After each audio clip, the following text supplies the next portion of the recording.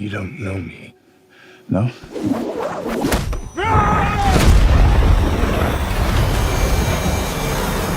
The second mouse gets the cheese. I'm here to thank you. You gave me the greatest gift that anybody's ever given me. Desperation. Honestly, I'm still trying to figure out what happened to the first mouse. Do the voice. Oh, very well. And you'll never see me coming. Oh! I told you! You have the wrong guy. Does he look like he can fight? Come on, bro.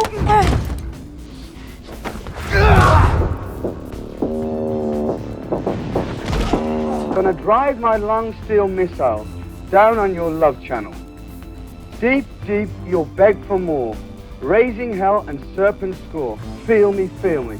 Now, what does that mean to you? To me, it means nothing but a sexual act. Then who's causing this? Well, you are. How? This Organized Chaos podcast is brought to you by JEMS Art Studio.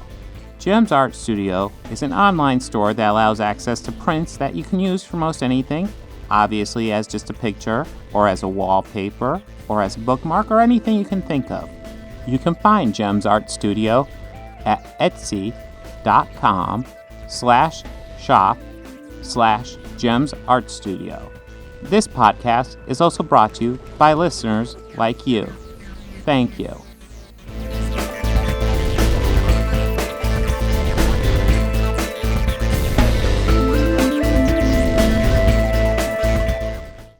Hello and welcome to the Organized Chaos podcast. Join me again is Bobby Quarters. How you doing, Bobby?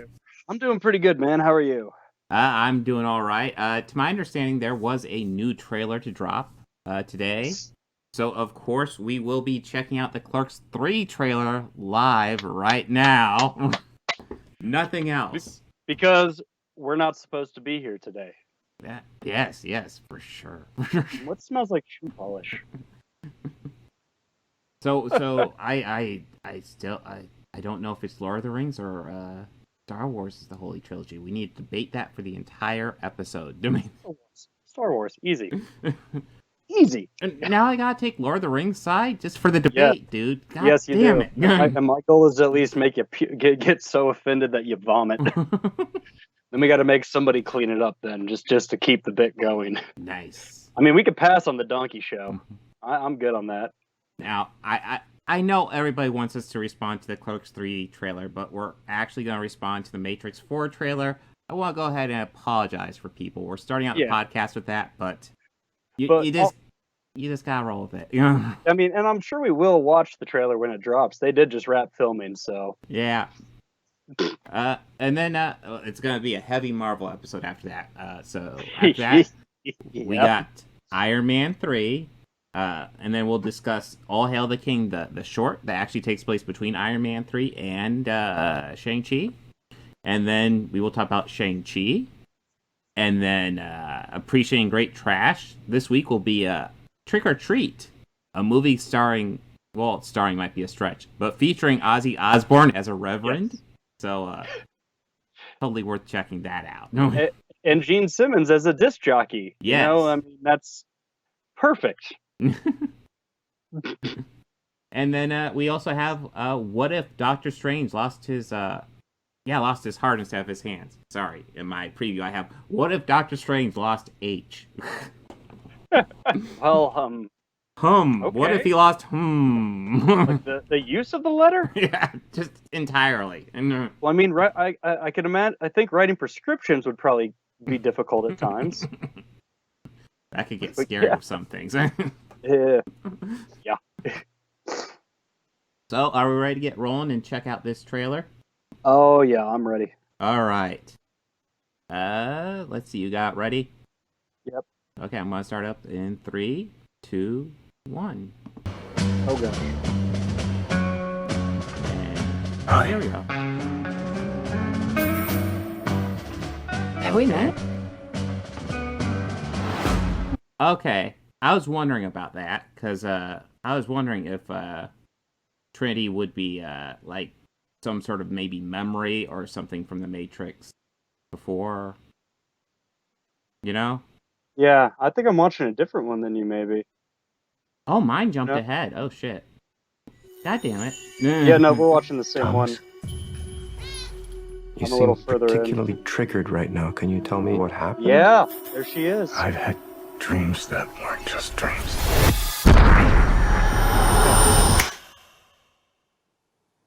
Am I crazy? Okay. All right. So this is definitely the Matrix. Yeah. We don't use that word in here. He's talking to P.E. Hauser. Good to know. Yeah, why'd mine jump ahead? It's annoying. I don't know. Oh, that was cool. Hi. Have we met? They're doing White Rabbit. Wasn't he supposed to follow White Rabbit in the first movie? Yeah, down the rabbit hole. Yes. Mm. One pill makes you larger, and one pill makes I'm a little ahead of you. Yeah, I think it got all scattered because mine jumped ahead, and I'm pausing it too. Hopefully it dodges copyright. Probably not.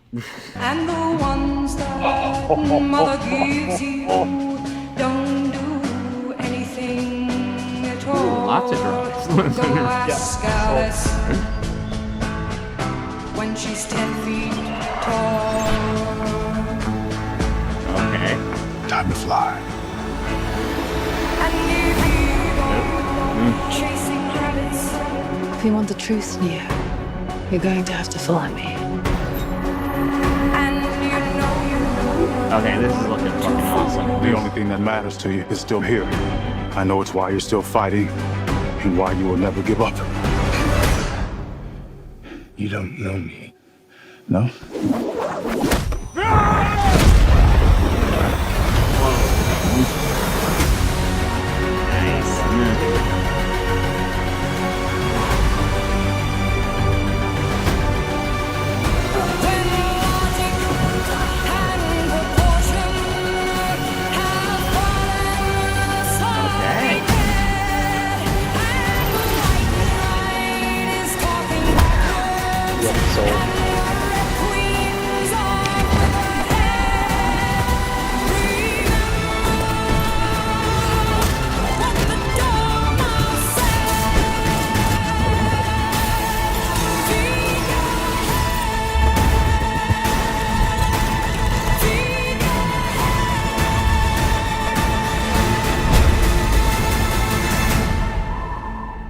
After all these years, to be going back to where it all started.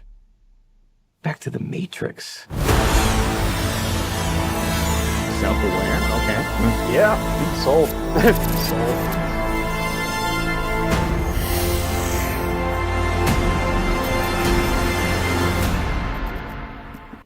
Okay, I'm completely on board. Yeah, 100%. That is going to get copyright claimed, and you can usually tell the days when I'm fighting copyright claims. They end with a Y. So Yep. But I don't know. I was just so on board. I just wanted to watch that. Yeah. Yeah. That dojo scene was fucking dude, awesome. Fucking Yeah, that's what I was like. Yep. I'm so on board for this. Well, when it comes to Wachowskis, man, if they want to make something, give them some fucking money. Yeah. Just let them throw money at whatever. Even if it's not a perfect movie, it's worth checking out. Yeah, it'll definitely be worth it. And this, oh god, it looks awesome. Yeah, that does look really cool.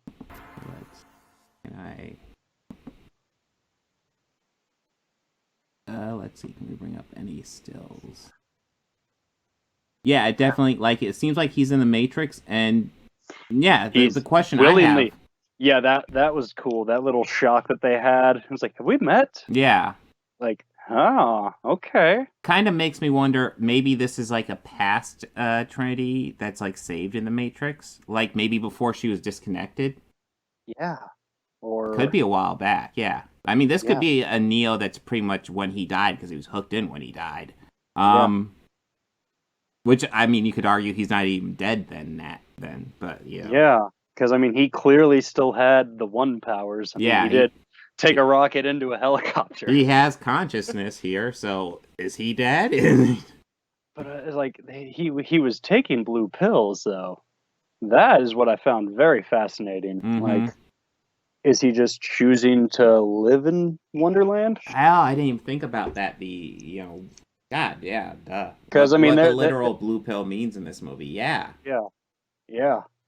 Oh, maybe it's because maybe we're seeing like a flashback, like him meeting Trinity. Maybe he's built a life with her in the Matrix, and he's just taking the blue pills to just stay there. Yeah. Or maybe he's created this world, and agents will get in it. And ooh. Oh God.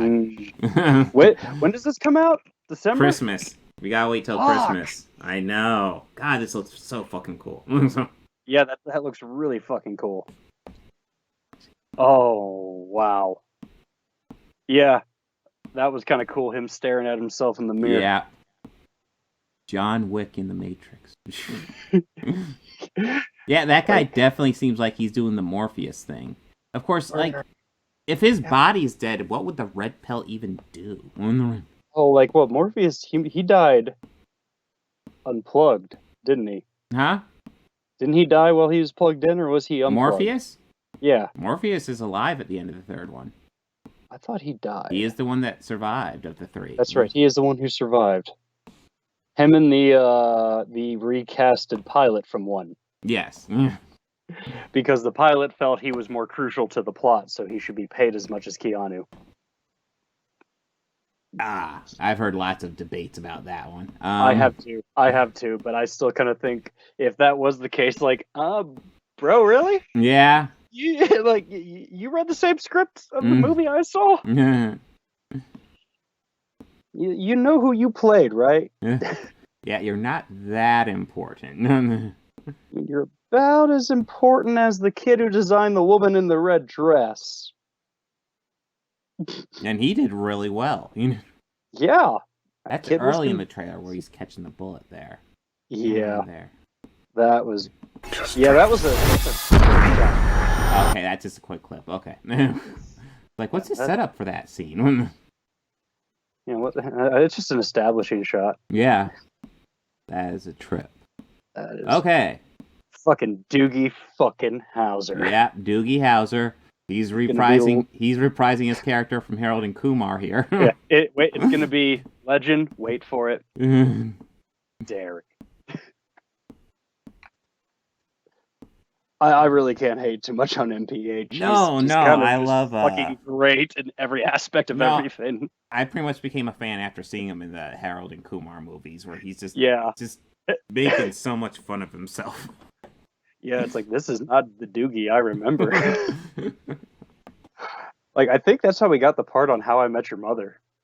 Because of the probably. Movies. Because he was, I think, when he did that role, he was just a child actor.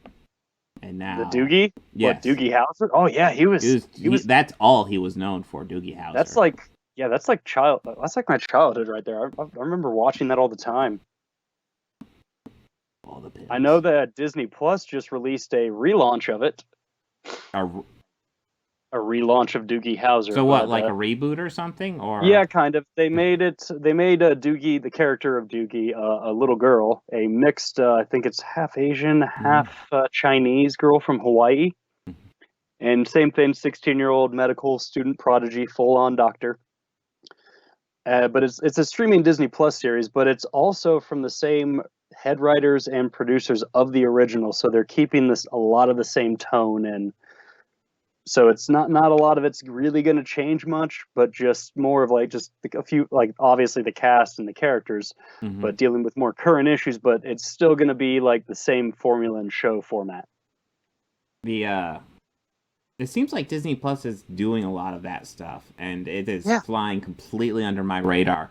The other day I was going through Disney Plus. I was like, oh, I didn't know they had Turner and Hooch on Disney Plus. And I realized it's a series that they're making. I'm like, oh, shit. I'm like, I had no idea.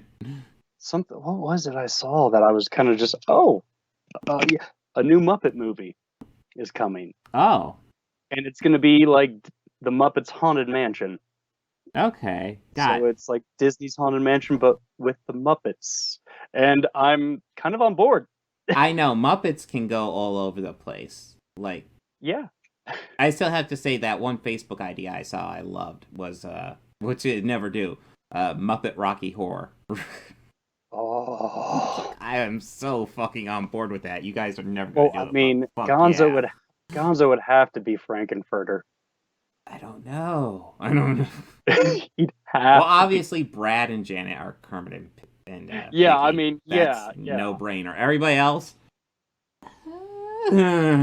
I mean, you could pretty much fit all of Dr. Teeth in his band and Electric Mayhem to be the party goers, or maybe Dr. Teeth would be the Meatloaf part. And I would also love to hear Electric Mayhem sing Time Warp. I don't know. Yeah, who would be the Meatloaf part? My brain immediately goes to Animal for some reason.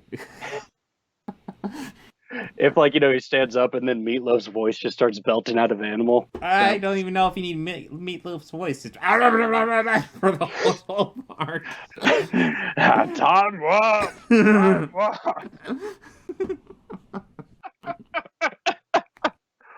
Oh, man. So, Muppet Rocky Horror, Disney Plus. You know what the people want. You know. Let's get it. Let's start it. Let's get the petition. Sign all the names. I think we've moved far enough from Matrix, though. Yeah. Are you ready to do a little Iron Man 3 discussion? Yeah. Let's talk about it. It's still very fresh in my mind. I rewatched it last night, as well as the All Hail to the King, which, God, Ben Kingsley cannot do a bad role. He's really done bad movies, but he does. I don't think I've ever seen him do a bad job. I mean, yeah, and I mean, when he cameoed in The Sopranos for that, I think it was like maybe one or two. It was probably just one episode, but like great in all of it. I kind of loved it. As like, oh, Ben Kingsley, cool. He's in there. One of the guys wants to write a movie script. He writes a horror film, and he wants Ben Kingsley to play him. So he tries to court him while he's hanging out in L.A. It's like a few scenes that he only has with him.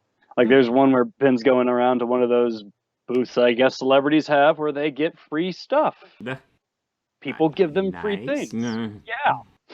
And he's walking around with the gangster, and at the end, like a agent comes up. We have a 3:00. He's like, "Hey guys, looks like I've ate up all our time. I'm sorry. Bye." And it's just kind of funny. Like, wow, that seems so out of character for how I've always seen Ben Kingsley. Yeah. Well, that aspect was hilarious, but him playing the character of Trevor. Yeah. I see that, and watching it really made me think of his role on The Sopranos, because it's like, wow, he's really just playing like an arrogant actor who he was portraying there. Yeah, this is kind of fucking beautiful. You get both like sides of Ben Kingsley in this movie, honestly. Yeah, you get his like Oscar-winning villainous side. Yes. I guess go over the story briefly. Yeah. Iron Man. This is the first movie immediately after the Avengers, which is probably why it brought in, I want to say, $1.2 billion. This movie was huge when it came out. Yeah, because this was like timeline wise, right after Avengers, and I want to say it's like maybe weeks or months after the events of it, like in actual time. Yeah, probably something like that. It's definitely directly short follows amount it. of time, because it's still like they said, like Tony hasn't been sleeping much. Mm-hmm. Yeah, he's been going through panic attacks. I even got a clip here. Yeah, I kind of forgot about this scene, so I was like, yeah, it's kind of. No sign of cardiac anomaly or unusual brain activity.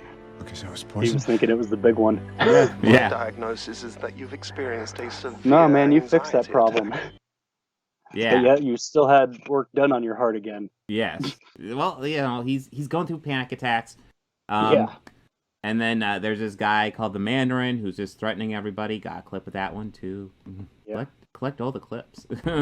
There's just one Grabbing lesson clips left, President. and grabbing So clips. run away, hide, kiss your children goodbye, because nothing, not your army, not your red, white, and blue attack dog can save you. And yeah, the clips will be important because if for some reason you're one of the 5 people who haven't seen Iron Man 3, looking at the box office receipts, I think there's 4 or 5 of you who haven't seen this movie yet. Yeah, because I will admit, at first, this is one I passed on. Really? At first, yes. It wasn't really until the first Captain America film I did go to see that one in theaters. At the time, I wasn't too impressed with Downey. Okay. So I kind of was like, all right. And I was like, Thor's like, I've never really a big fan of his or like of the comics. So I passed, but I did watch Avengers, and that made me go, okay, I'll go watch those. Yeah, now that I think about it, you actually bring up something interesting, because now I see all of these in the theater, but I don't think I started watching them in the theater until Captain America: The First Avenger, because the first Iron Man, the second Iron Man, Incredible Hulk was all stuff I waited up for video to watch. Well, I did go to the theater for Incredible Hulk with Edward Norton's Incredible Hulk. Mm-hmm. And I enjoyed that one. I thought he did a great job. It's just Edward Norton happens to be stubborn. Yes. But I don't think I could see him in the ensemble cast setting though. Yeah, I think Edward Norton does do a good job. At the same time, I feel like in a lot of ways Mark Ruffalo is almost a spiritual successor to Bill Bixby, much more than Edward Norton was. Oh God, yes. It's like it works really well with him. And Eric Bana was like, he was okay as Bruce Banner. It's just nothing really extraordinary, in my opinion. There's lots of issues with that 2003 Hulk movie. It's not the cast. Let's be serious. The cast is actually pretty good. The cast is pretty good, but maybe not Nick Nolte, but everybody else is pretty good. Well, I mean, I'm going to argue that one with you. But really? Well, I say Nolte. I love Nolte and everything. I'm not against Nolte, but for me, it might just be his character too. Yeah, for me, I kind of think like with Nolte a lot like I think of him a lot like Eastwood. I kind of feel that both of them can't do any wrong acting wise and like choicing. Mm-hmm. Though I think Nolte is way more comfortable in like two different types of characters, like the unhinged type, the crazy fucker, like Tropic Thunder type of crazy fucker, and Hulk. Yeah. But also he's really great at that serious, dramatic, romantic films like the Romance or Prince of Tides. Okay, I don't think I've actually sat down and watched Prince of Tides. That's the Barbra Streisand one, isn't it? Yeah. Okay. Bad. Actually, Babs ain't that bad of an actress. No, she's not. I've seen her. She's not. Yeah. She's pretty good. To my understanding, she's a complete diva, but yes, she's not a bad actress at all. No. From what I've also understood, she also has a really great sense of humor. Really? Really great sense of humor. Yeah. But yeah, Iron Man 3, let's get back on that. So Tony has panic attacks. We have a Mandarin threatening people. So Iron Man has lots of issues with his suit. He's experimenting. I didn't get a clip of that because that'd be too helpful. Yeah, he keeps building different variants of the suit. I want to say in the Avengers he had Mark 7 suit, and then here we are not too long after that, and he's on his Mark 42nd suit. So there's definitely been an upscaling. The 42 was also a very nice touch. 42 Hitchhikers. Oh shit! I never put that together. Anytime I see it, I just make that association instantly. That might be it too, because that's. I mean, they could pick any number, but they chose that one. Yeah, they did pick any number. They could have had any number. It could have been 41 or 43, but they did 42. It could have been 37. Now he needs to figure out what the question is. That's the issue. Yeah. But yeah, he keeps building all these suits. And it's just more of, as he mentioned to Pepper, the reason why he's doing all this is because whatever else is out there, I want to be ready. I don't know what it is, but I want to be ready. Yes. Also, we kind of have a little bit of a side plot going that plays in very heavy near the end. War Machine gets rebranding. Yes. As the Iron Patriot. Which actually, when this was happening in the film, I did kind of pull up my phone as I was watching it, kind of Google really quick. Has Captain America came out yet? No. Okay, why the hell are they painting him like that when Captain America's around? Yeah, that's a good question. I think they did it just to bring him in as Iron Patriot, because it was an interesting choice, because in comic book, that's classically Norman Osborn that's Iron Patriot. Yeah. But they may have also been figuring, we're never going to have the rights to Norman Osborn, let's just have him in a different suit. At that point, yeah. Yes, they thought that. Yeah. And they still might lose him, so... Well, I don't know. I mean, I think I think the mouse might, pull a power move. That's just true. Buy Sony and just buy Sony. Yeah. I mean, are you saying the mouse has money? I'm saying the mouse is literally made of money. Off the souls of children. Yes, to transport them through the many, many tunnels underneath both Disney World and Land and Euro. But that sounds like a video for another time. Disney World conspiracy theories. But yeah. Anyways, Happy is injured in a Mandarin attack. Yeah, and Happy also, he was injured because he was promoted to head of security, and he was taking his job very seriously. Very, very seriously, because Happy's weird like that. Happy's happy. Yeah, he's gonna do happy things. Early in the film, we had a scene cutaway from what was it, 1999? Yes. Where Tony was out in Berlin at a conference, and he had an encounter with head of AIM. Aldrich Killian. Thank you, Aldrich Killian, who kind of forced his way into the elevator, stumbly, and tried to have a meeting with Tony. Tony was like, "Yeah, this is interesting. You know what? We'll go meet up on the roof. Give me a few minutes." Mm-hmm. And he just ends up ditching him because he's Tony Stark. And really, he found something more fascinating. Like, oh, this has my attention now. Yeah. A girl with boobs. A girl with boobs who is super sciencey and Tony's like, he's not that picky. Yeah, but later in this, while we see Happy being promoted to the head or as head of security, Pepper Potts enters Stark's Industries for she has a meeting or somebody waiting to see her, and it is Aldrich Killian. Mm-hmm. He is talking about his new company that is doing well right now called AIM. Mm-hmm. Which I know that in the Avengers game, AIM is pretty much your main bad guys the whole time. I know, just in comic books, whenever AIM's brought up, it's bad news. Yeah. So I think AIM to be the equivalent of our U.S. government. Sure. I mean, I'm basing that off of the game, too, so... Well, I mean, AIM is under corporate control, like our U.S. government. Okay, I see where you're going with this. Yeah. But, yes, he's got this new, essentially... it's like a device that you put behind your ear and it can map your brain. Yeah. And that's kind of cool. Yeah, it's kind of cool. He also has this security guard. The security guard is one that I guess he doesn't technically injure Happy, but he's involved with it. But the whole time you get this creepy and just dick vibes from this security guard of his. Just the whole time you're like, God, I hate this guy. Before you even know anything about him, it's like, oh, that guy's a fucker, isn't he? He just comes on screen. Fuck that guy. Yeah. What do you do? I don't know. He doesn't have a fist in his face. That's what he did. Hey, you're just kind of waiting for that hammer to drop. Yeah. Thor, where are you, big guy? So, Happy's injured. It all points to the Mandarin, so Iron Man threatens the Mandarin. One of the points that gets criticized in this movie is where he gives the Mandarin his address, which is weird, but at the same time, it's Tony Stark. I'm sure the Mandarin could find his address. It's also kind of a Tony thing, because he's kind of a dumbass. Well, it's also, he thought of it as a power move, too. Yeah, oh yeah.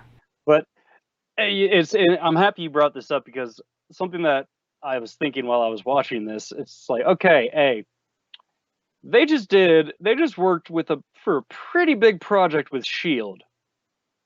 So you would think that, the moment, or even while he's giving his home address, you think that Fury would have been blowing his phone up. Yeah. Even the second he was talking to them. Or Coulson, that's right. At this point, Coulson's dead. Yes.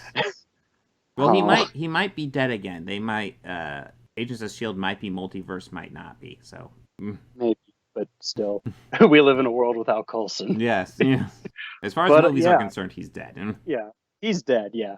But I just thought, okay, if they would have had, I think he would have had S.H.I.E.L.D. agents, all over him. Yeah, I also think Cap would have been like, he would have gotten back to the house and Cap would have been on his front porch like, you realize how stupid that is? Yeah.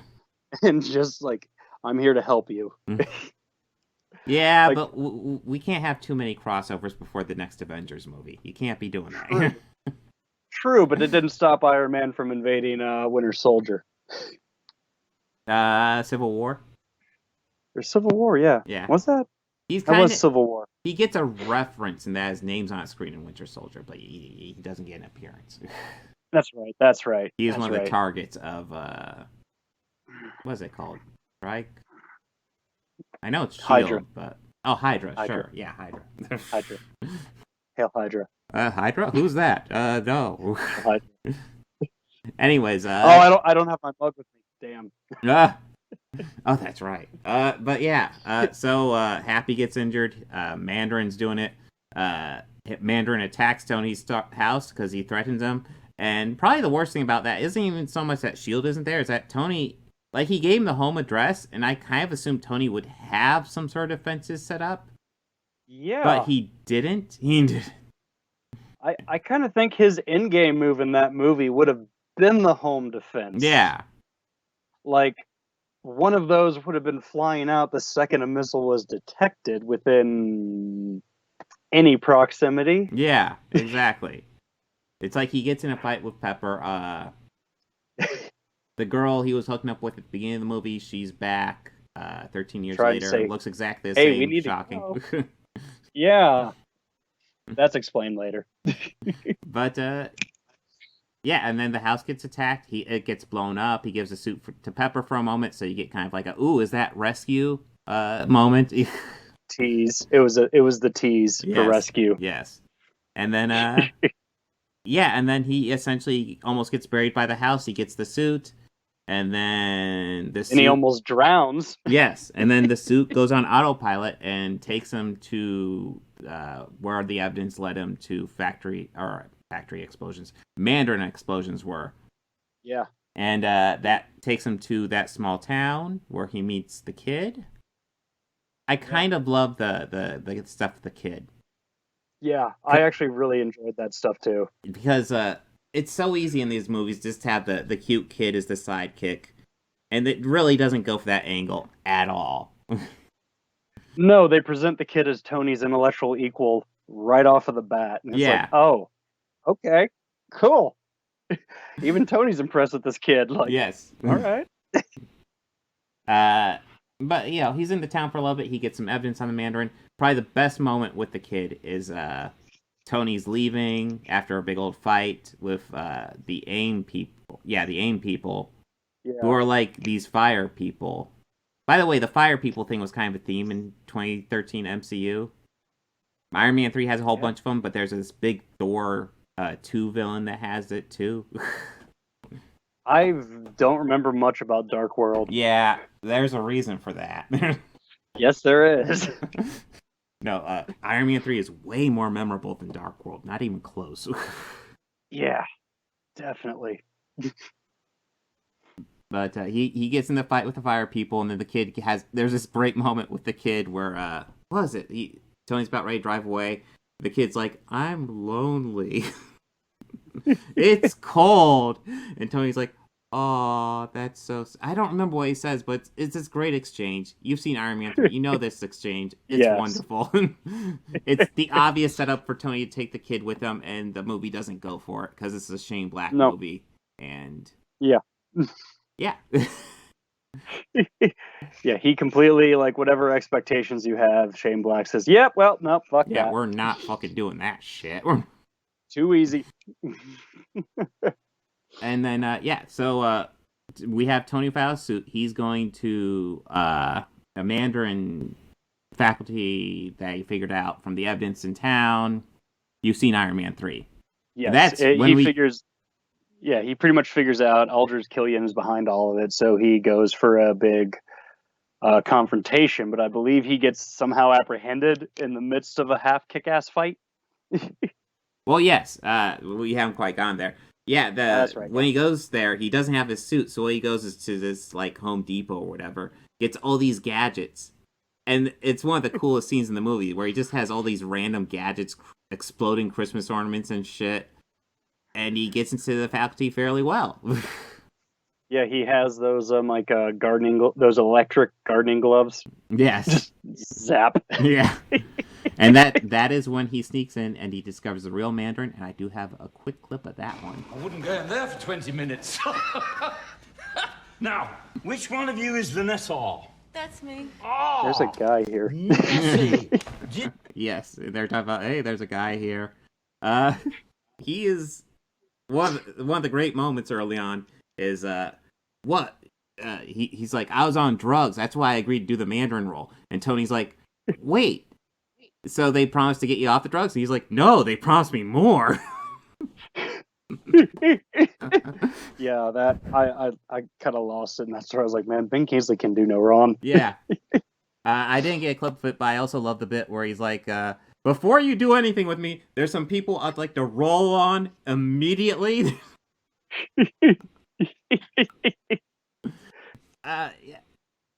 Ben Kingsley's awesome in this movie, but it's when he's like kind of surprised by the sight of the real Mandarin, that's when he gets captured. And yeah, he's held there for a little bit, and that's when the girl, I think before then is when Pepper's kidnapped by Aldrich Killian, and it turns out the girl from the beginning of the movie that found them later is working with him, and it's while they're talking to Tony that Aldrich Killian kills her, and kind of an interesting scene. I probably shouldn't have clipped this one, because it's interesting, because it's like almost like a gun kind of appears in his hand. I'm sure it's not literal, but just how it's cut is weird. It's like, she would have seen a gun in his hand, but because it's off screen, you don't.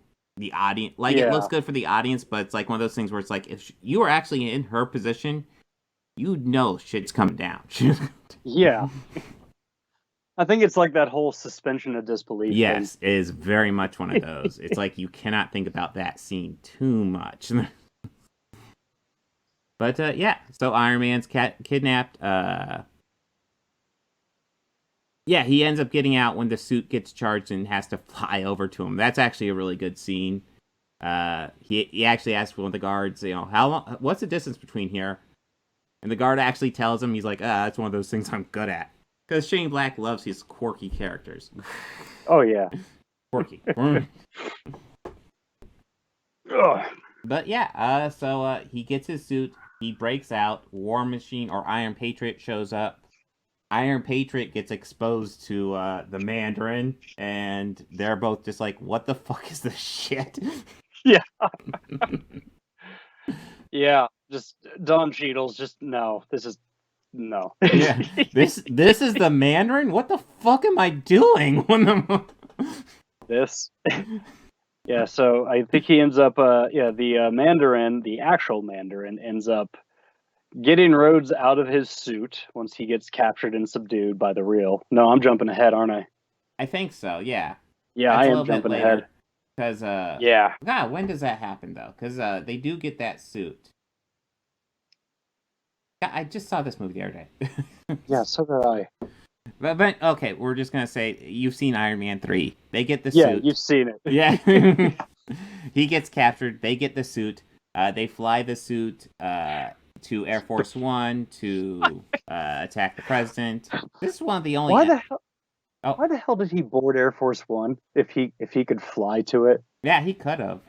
And what type of fucking protection is he going to give to the outside of that plane inside of there if that actually was Rhodes in there?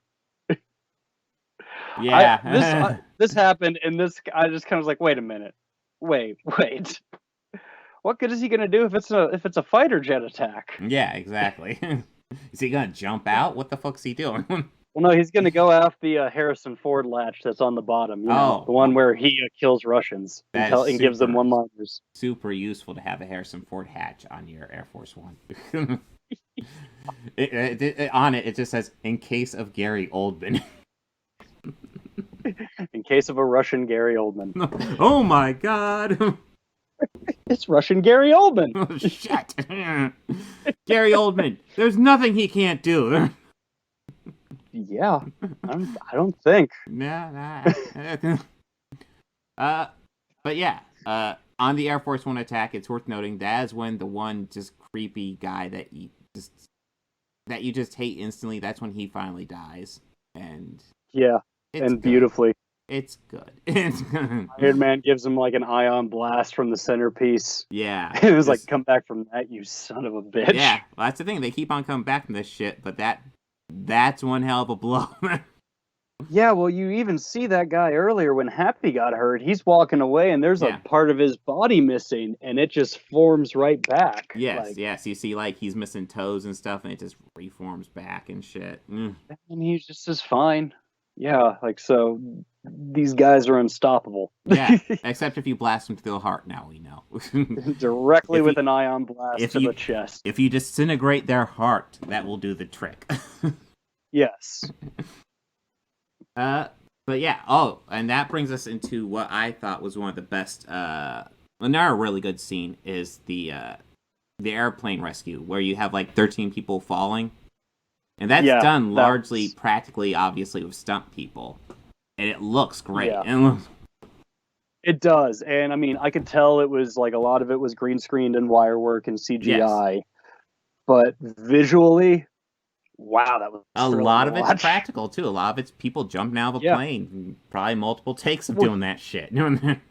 Probably, yeah. I mean, a lot of it did look like skydiving. Yes. I mean, I've never personally been, but I've seen GoPro footage. I haven't either, but yeah, they have a huge documentary, a huge documentary. There's a special feature, which I guess is a small documentary on the DVDs that I saw forever ago on it. But yeah, they talk about it.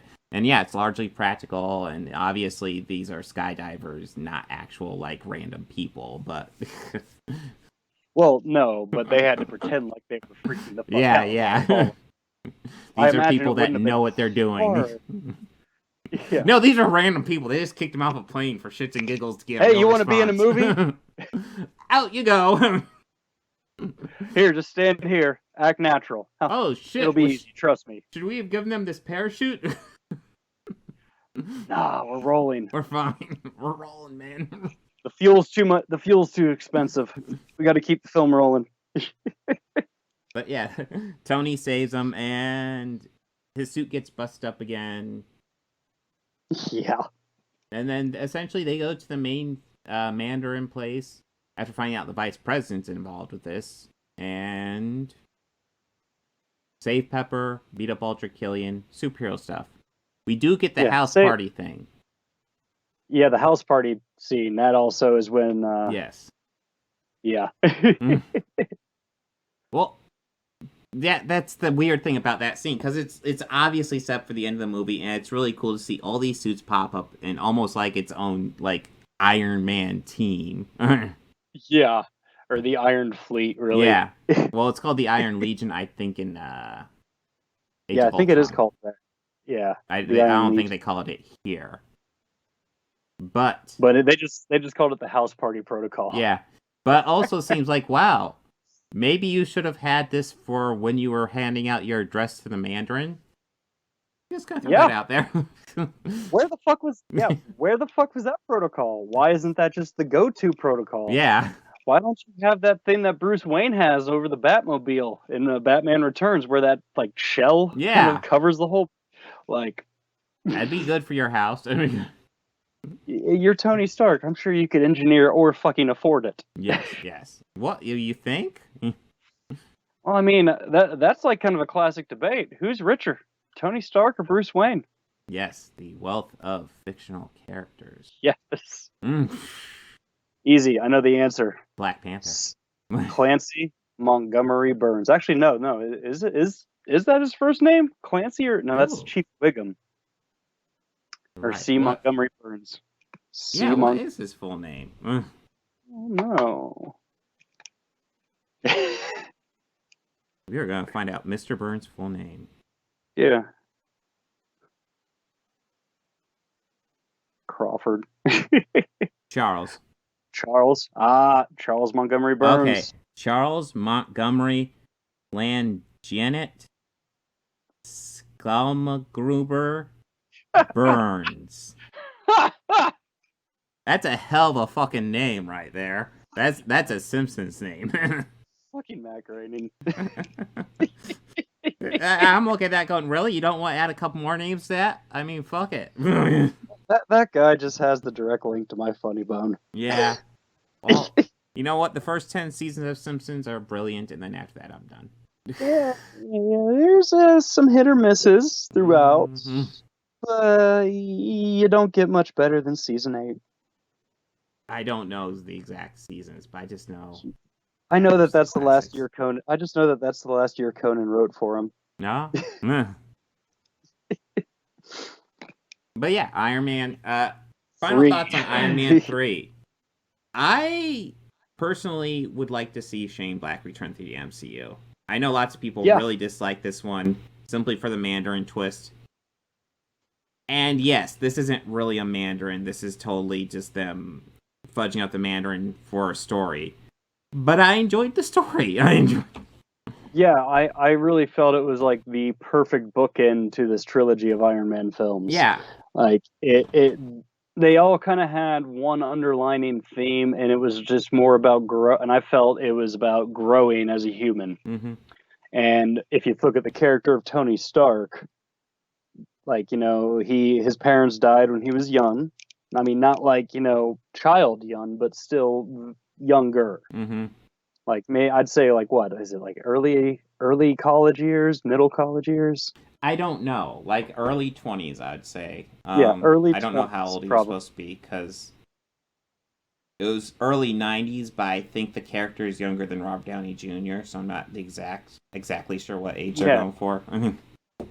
But yeah, and I mean, like the first one, like acceptance and change. Yes. Just change and growth. I would say the second film is definitely more or less about learning your lessons from or learning mistakes of the father, sins of the father, but legacy stuff going on there. Yeah, legacy. There was a lot of legacy in that one. Mm-hmm. And this third one is just being prepared to be the best you can. Mm-hmm. And moving forward, letting go of your past. Well, I personally, I really like the whole Shane Black tone to this movie. I think it's great they kind of let Shane Black make a Shane Black movie and still put it in the MCU. Because it's very much a movie of his. Yeah. And I kind of love that. In fact, we'll get to this later. But I really feel like the MCU needs more directors to kind of just take the reins and kind of put their spirit into the movies, because I feel like too much of this is getting way too, and lots of people have complained about this, and it's not really getting to me until recently.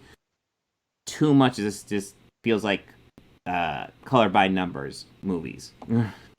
Yeah. I'll say definitely I felt that way about the first Avengers film. That one really kind of felt like a paint by numbers a little bit. Like the first half of all, and up until they're all together. I don't know. I would probably defend that one a little bit, but that's only because that was like the first one. So I almost feel that one needs to be paint by numbers. But yeah, you're not wrong. Yeah, and I mean, and I agree, and I completely agree with you there. It's the first one, and it's setting all of them up. Yeah, but just I really feel it more in that battle scene. That's like between Cap and Iron Man versus Thor for all over Loki. Yeah. Well, I'd say yeah. The biggest issue I have with that movie is something I've never even really touched on in my videos for some reason, is when they defeat the aliens, and then the aliens just kind of collapse, and they don't deal with any aftermath. It's just like, oh, they're gone now. It's like, dude, you could have had some fun with that storyline of just like random aliens running around New York. Yeah, like not all of them died. Some of them are still just some of them are captured. Maybe even some of them are hiding out. You don't know. You could do some stuff with that. Especially with Agents of S.H.I.E.L.D. coming around the corner. Yeah. But overall, final thoughts on Iron Man 3? This is good. This isn't really a Mandarin, obviously. But it's good. I enjoy it a great deal. I want more Shane Black. Yeah, I enjoyed it. I felt that, it, like I said, a very good bookend to the film and that series. Shane Black has a great style, and he rarely misses. So, yeah. more Shane Black. Kind of add on what you said about it. It's just the fact that this does a great job of ending the Iron Man trilogy while still leaving the character available to be used later. Probably the best way it could have done that, because it's a tricky thing to do that. I mean, you could say like they could have done that at the end of the third Thor film, but the third Thor film sets up Infinity War. Yes. So, I mean, at the end of it, minus post-credit screen, yeah, absolutely. It sets up Thor for whatever he's going to do next. Plus, I really felt like Taika Waititi had more plans for that, which obviously we're seeing, we're going to see. And I am so excited for that. I can't wait for our first look at Love and Thunder. Yes. Well, that's coming out excited. When does that come out? 2022, I think. Yes, it's sometime next year. Yeah. Like, they're doing 4 movies this year and 4 movies next year. And what is it? It's the next one is Eternals, Spider-Man. What's the early one? Love and Thunder? No, it's not. Oh, Doctor Strange, I believe, is the early one. That's right, Doctor Strange. And then... Is it Guardians? No, is it Guardians 3 after that? Maybe. I've been watching James Gunn's Twitter feed like a hawk, and I haven't seen him talk anything Guardians. I know that he finished the script a while ago. Yeah, it was finished, and then he was fired. Well, yeah, That's a fun story. Yeah, I'd seen a post about it recently, and it was like right before the premiere of the Suicide Squad. We are going to pull this up. Confirm. Okay, full release date. Just tell me. Oh my god. What does Wiki say? Wiki probably just has it in a nice streamlined way. Oh, probably. Alright. Black Widow, Shang-Chi, Eternals is November, Spider-Man No Way Home December, Doctor Strange 2 is March, Thor is May. Okay. And then Black Widow 2 is July. Captain Marvel 2 is November. Black Widow 2? Black Widow. Black Panther. Okay. That makes a lot more sense. I was going to say, they... ScarJo? Yeah, already? I thought she was still suing them. Yeah, I thought she was like suing the ever-living shit out of them. And by the way, I'm totally on her side, if anybody's wondering. Yeah, they did her dirty. They did her wrong. That ain't right. I don't know if have we discussed that on the podcast? I don't think we have. Yeah, we can bring that up real quickly. Essentially, she's suing them because they made it available for streaming, and part of her contract was that it would be only released in theaters, and she gets part of the sales.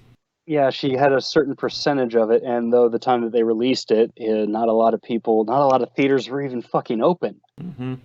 So it's kind of like, all right, either they renegotiate the contract or that part of it, or they still give her that percentage of revenue. And she probably just waited because she was waiting to see if Disney would give her an offer, because there actually is a precedent for this.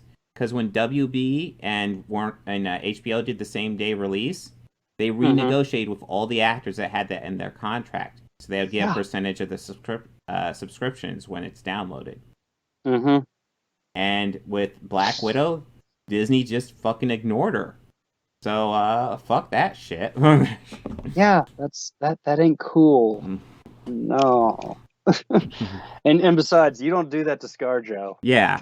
You don't. I've been in love with that woman since Lost in Translation. You don't fucking do that to her. Yeah.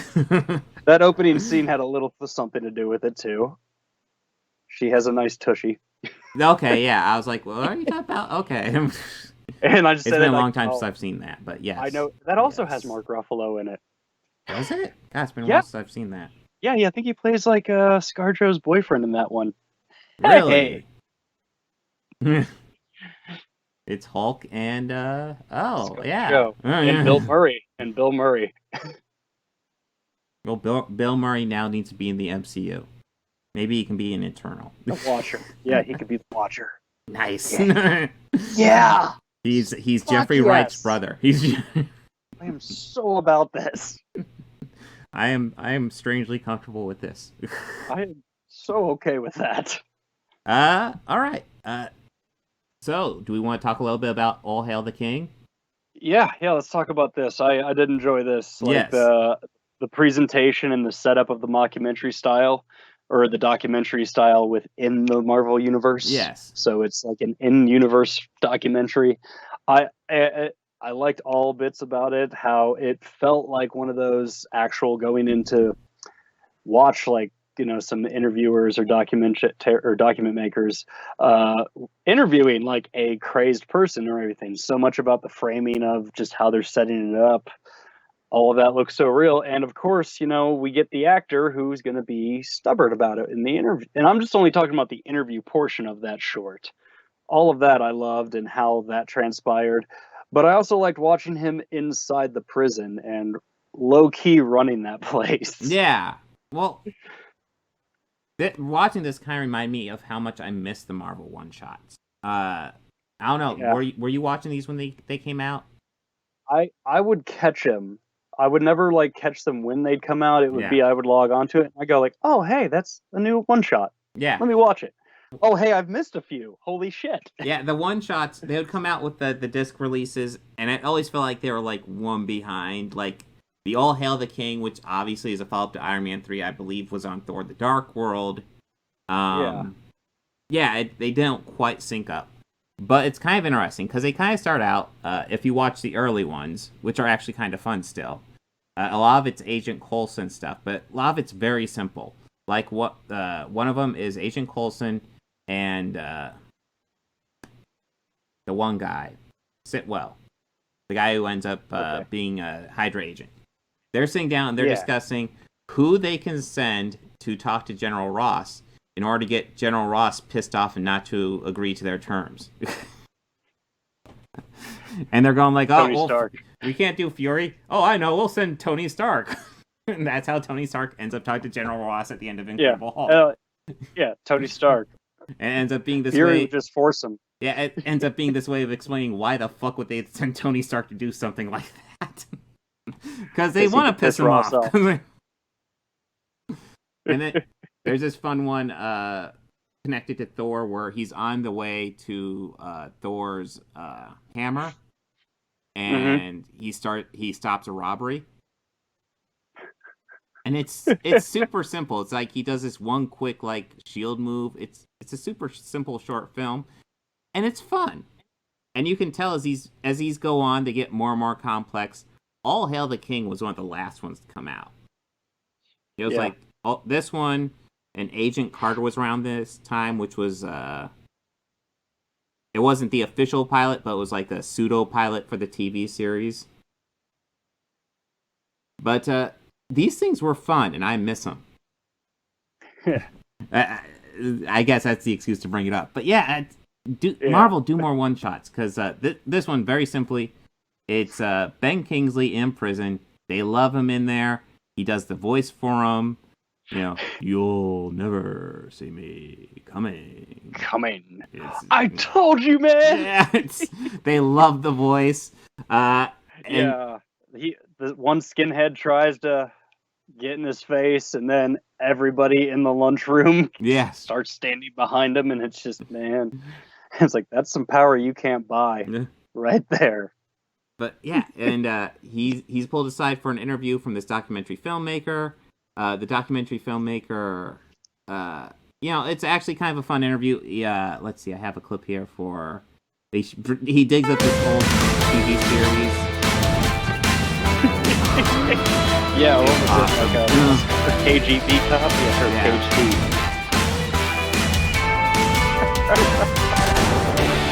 God, it looks just like my own advice.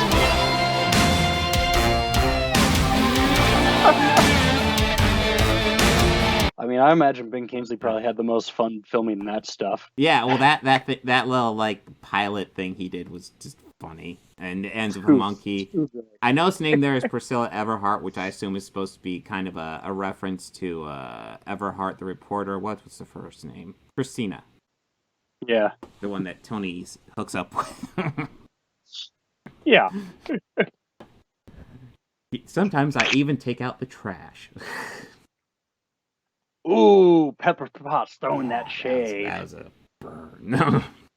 Yeah, that I was skeptical about her being in this Gwyneth Paltrow at first, and when I did first watch that first film, Mm-hmm. and at that part I was like, okay, Gwen, I see you. Yeah. Okay. But anyways, You're yeah. good. The guy doing the documentary film ends up being an agent of the Ten Rings, and he beats up all the guards, and then he takes Trevor Slattery hostage. And it really does sync up kind of in between these two movies, even though this one was done pretty much right off the back of Iron Man 3. Yeah. I don't think they had Shang-Chi even thought of when they did this one. Or probably just found like the Ten Rings idea and were like, hey, we could do this. Mm-hmm. And then somebody later is like, oh, you guys did Ten Rings? Also, did you go into all the other stuff with it? Oh, no, we just kind of glossed over it. Really? Well. Nice. Yeah. This goes in. Yeah, no, this was great, and I completely agree. They need to do more Marvel one-shots. I kind of would like to see one of the moments, I guess, immediately after the blip, and right during the unblipping, I guess. Kind of how they showed those small bits of it in Spider-Man, in the second Spider-Man, Yeah, Far From Home, yes. But I kind of would want to see like that happening in other instances around the world. That'd be a great use of these, because one thing I really felt they missed having movies like set during that blip period. Mm-hmm. Like, how are they rebuilding? Like, that's one of the advantages of the comic books. Like, you could do something like that and have multiple series running during this timeline where there's just half the universe is gone. Mm-hmm.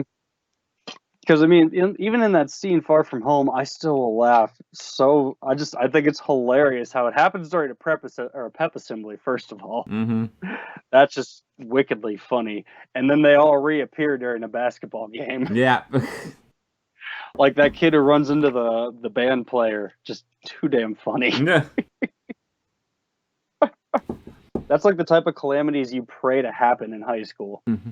And yeah, it also brings up the idea of returning characters, because you could do that. Like all these minor characters. Hell, Louise from the Ant-Man movie. He definitely needs his own one shot. Oh, he needs his own movie. Well, we could go that far too, but one shot, easy. No problem. No. Or just, maybe a solid 30 minutes of him just being himself. Hey, I'm gonna recap Infinity War for you guys. That's how they should do their recaps from now on. Yeah. That's how they should do it. Just have him in character. You're sitting shotgun and he just tells you what happens. So there's this guy, Thanos. Yeah, he likes to bejewel his glove. Oh, yeah. So he sounds pretty bad. So I take it the Avengers took care of him. No, they did. They tried. They did. They tried. Half of them are gone, along with half the people in the world and the universe. But one thing we gotta note is that this movie has the second MCU appearance and only other MCU appearance of Justin Hammer, strangely enough. Yes, it does. Which was kind of like, oh, okay.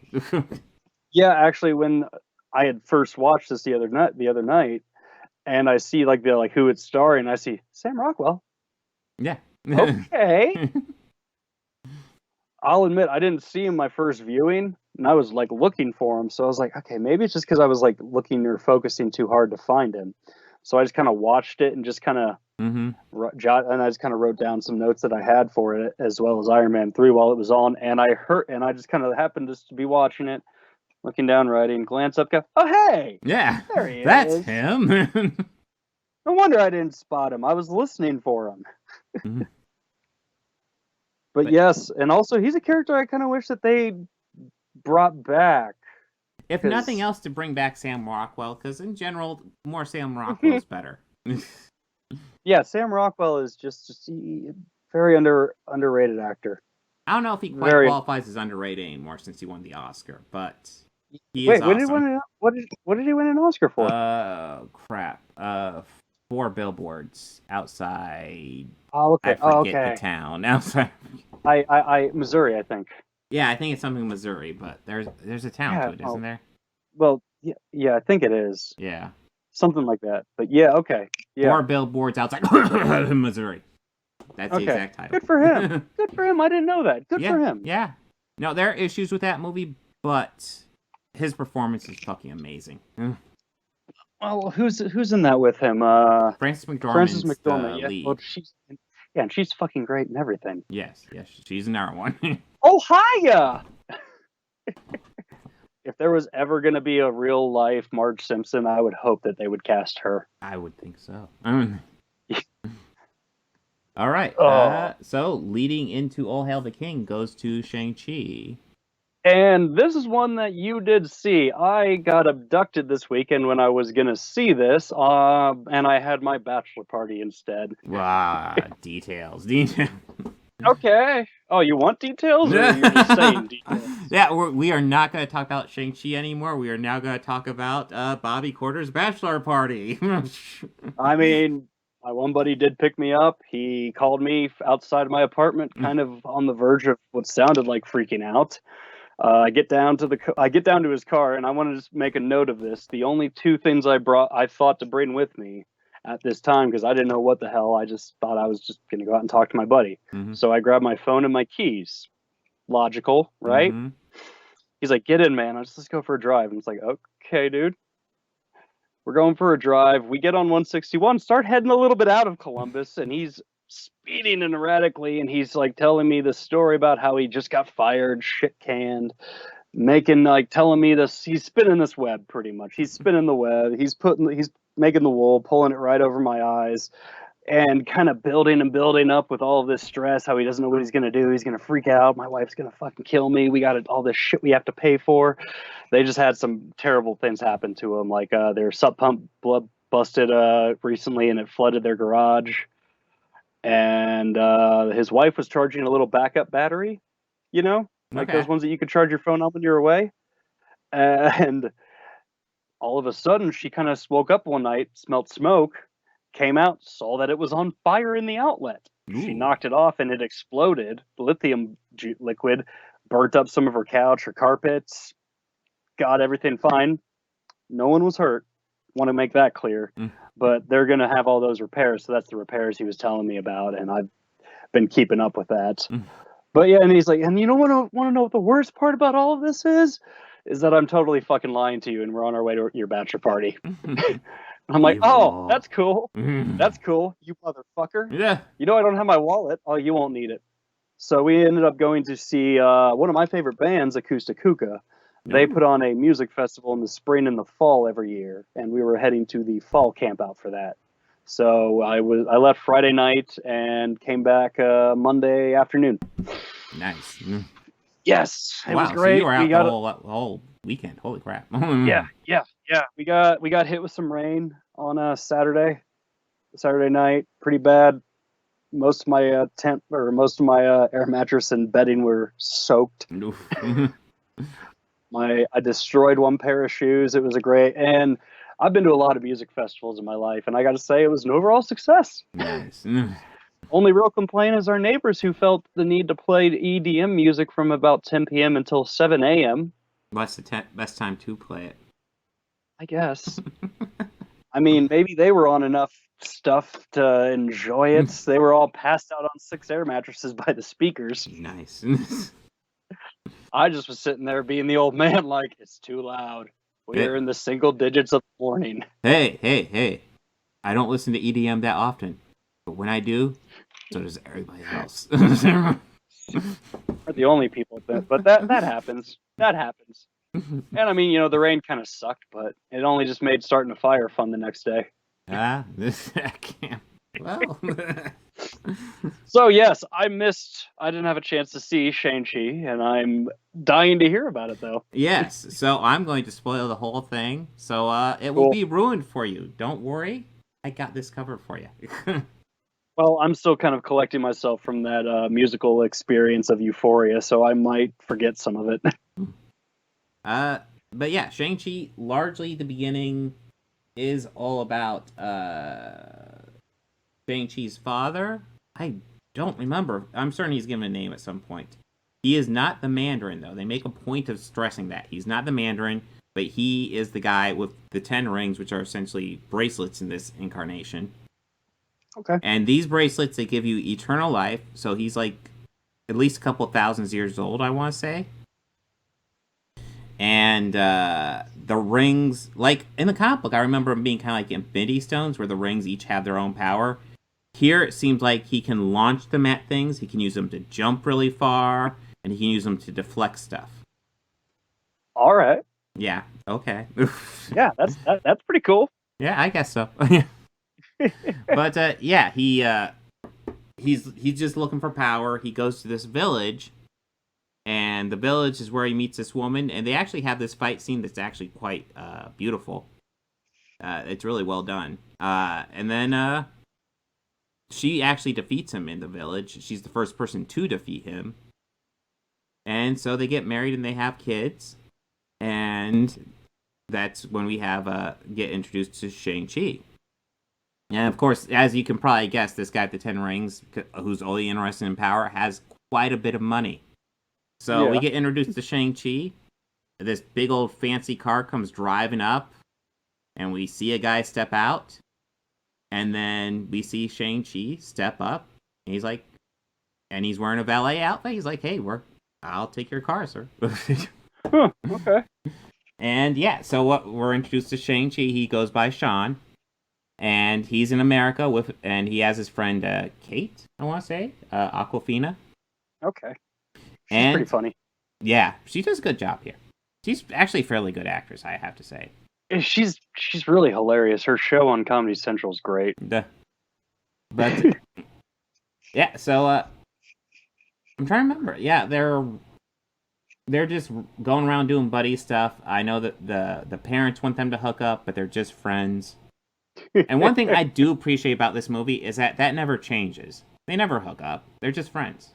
They're literally just friends. They're literally. That's good. I actually like that. That's really nice. I appreciate that too. You don't need to do that. Yeah, you don't. Not everything needs to have a love interest. But yeah, they're just going around doing normal things, and then there's attack on the bus.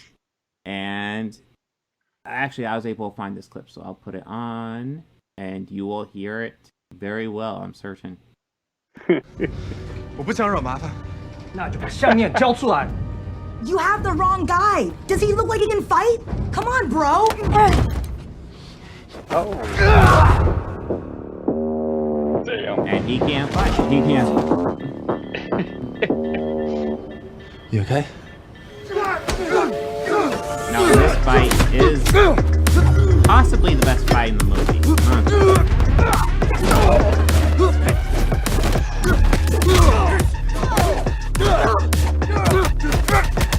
Yo, what up, y'all? It's your boy Clev coming at you live on the bus.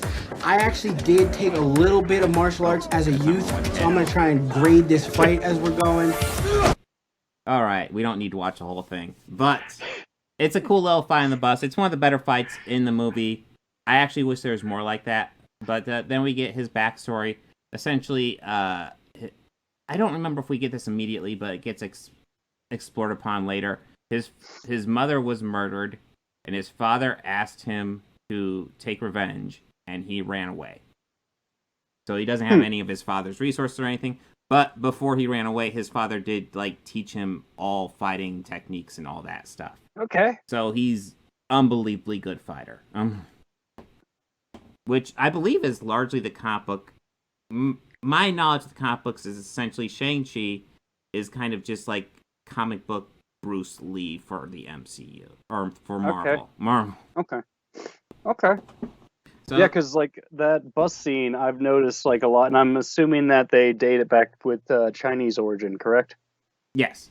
Okay, because I've seen I know that Jackie Chan is also from China or Hong Kong, but a lot of the fight style from that film, the jacket move, that's like a Jackie Chan. Yeah, movie. That's straight from a Jackie Chan movie, that's right there. Straight Jackie Chan. I Yeah. saw that, I was like, ooh, oh, okay.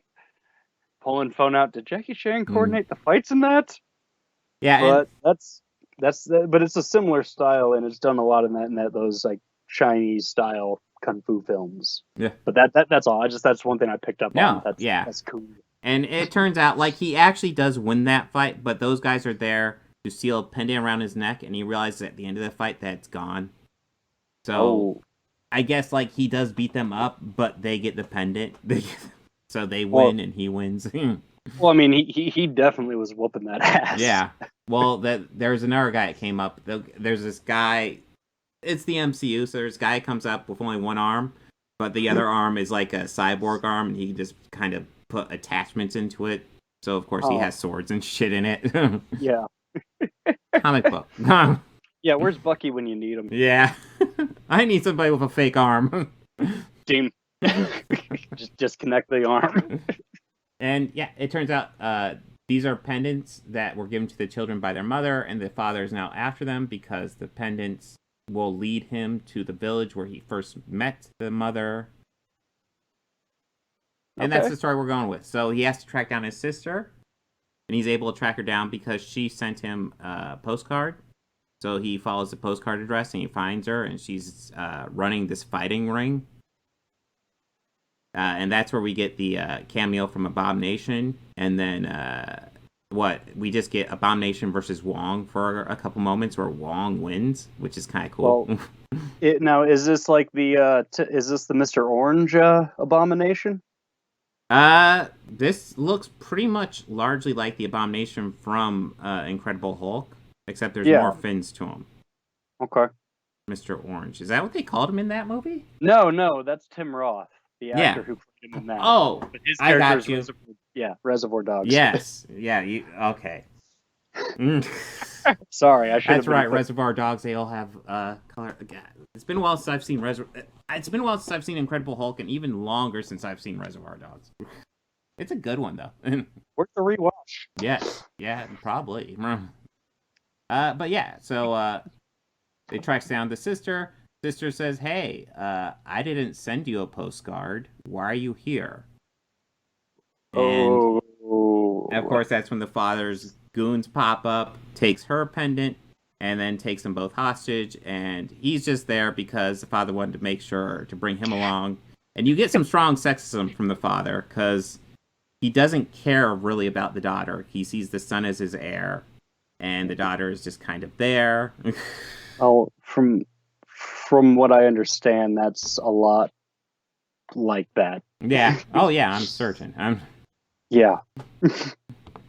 But, yeah, it's all about getting to this village. And while they're in the father's captivity, words are hard.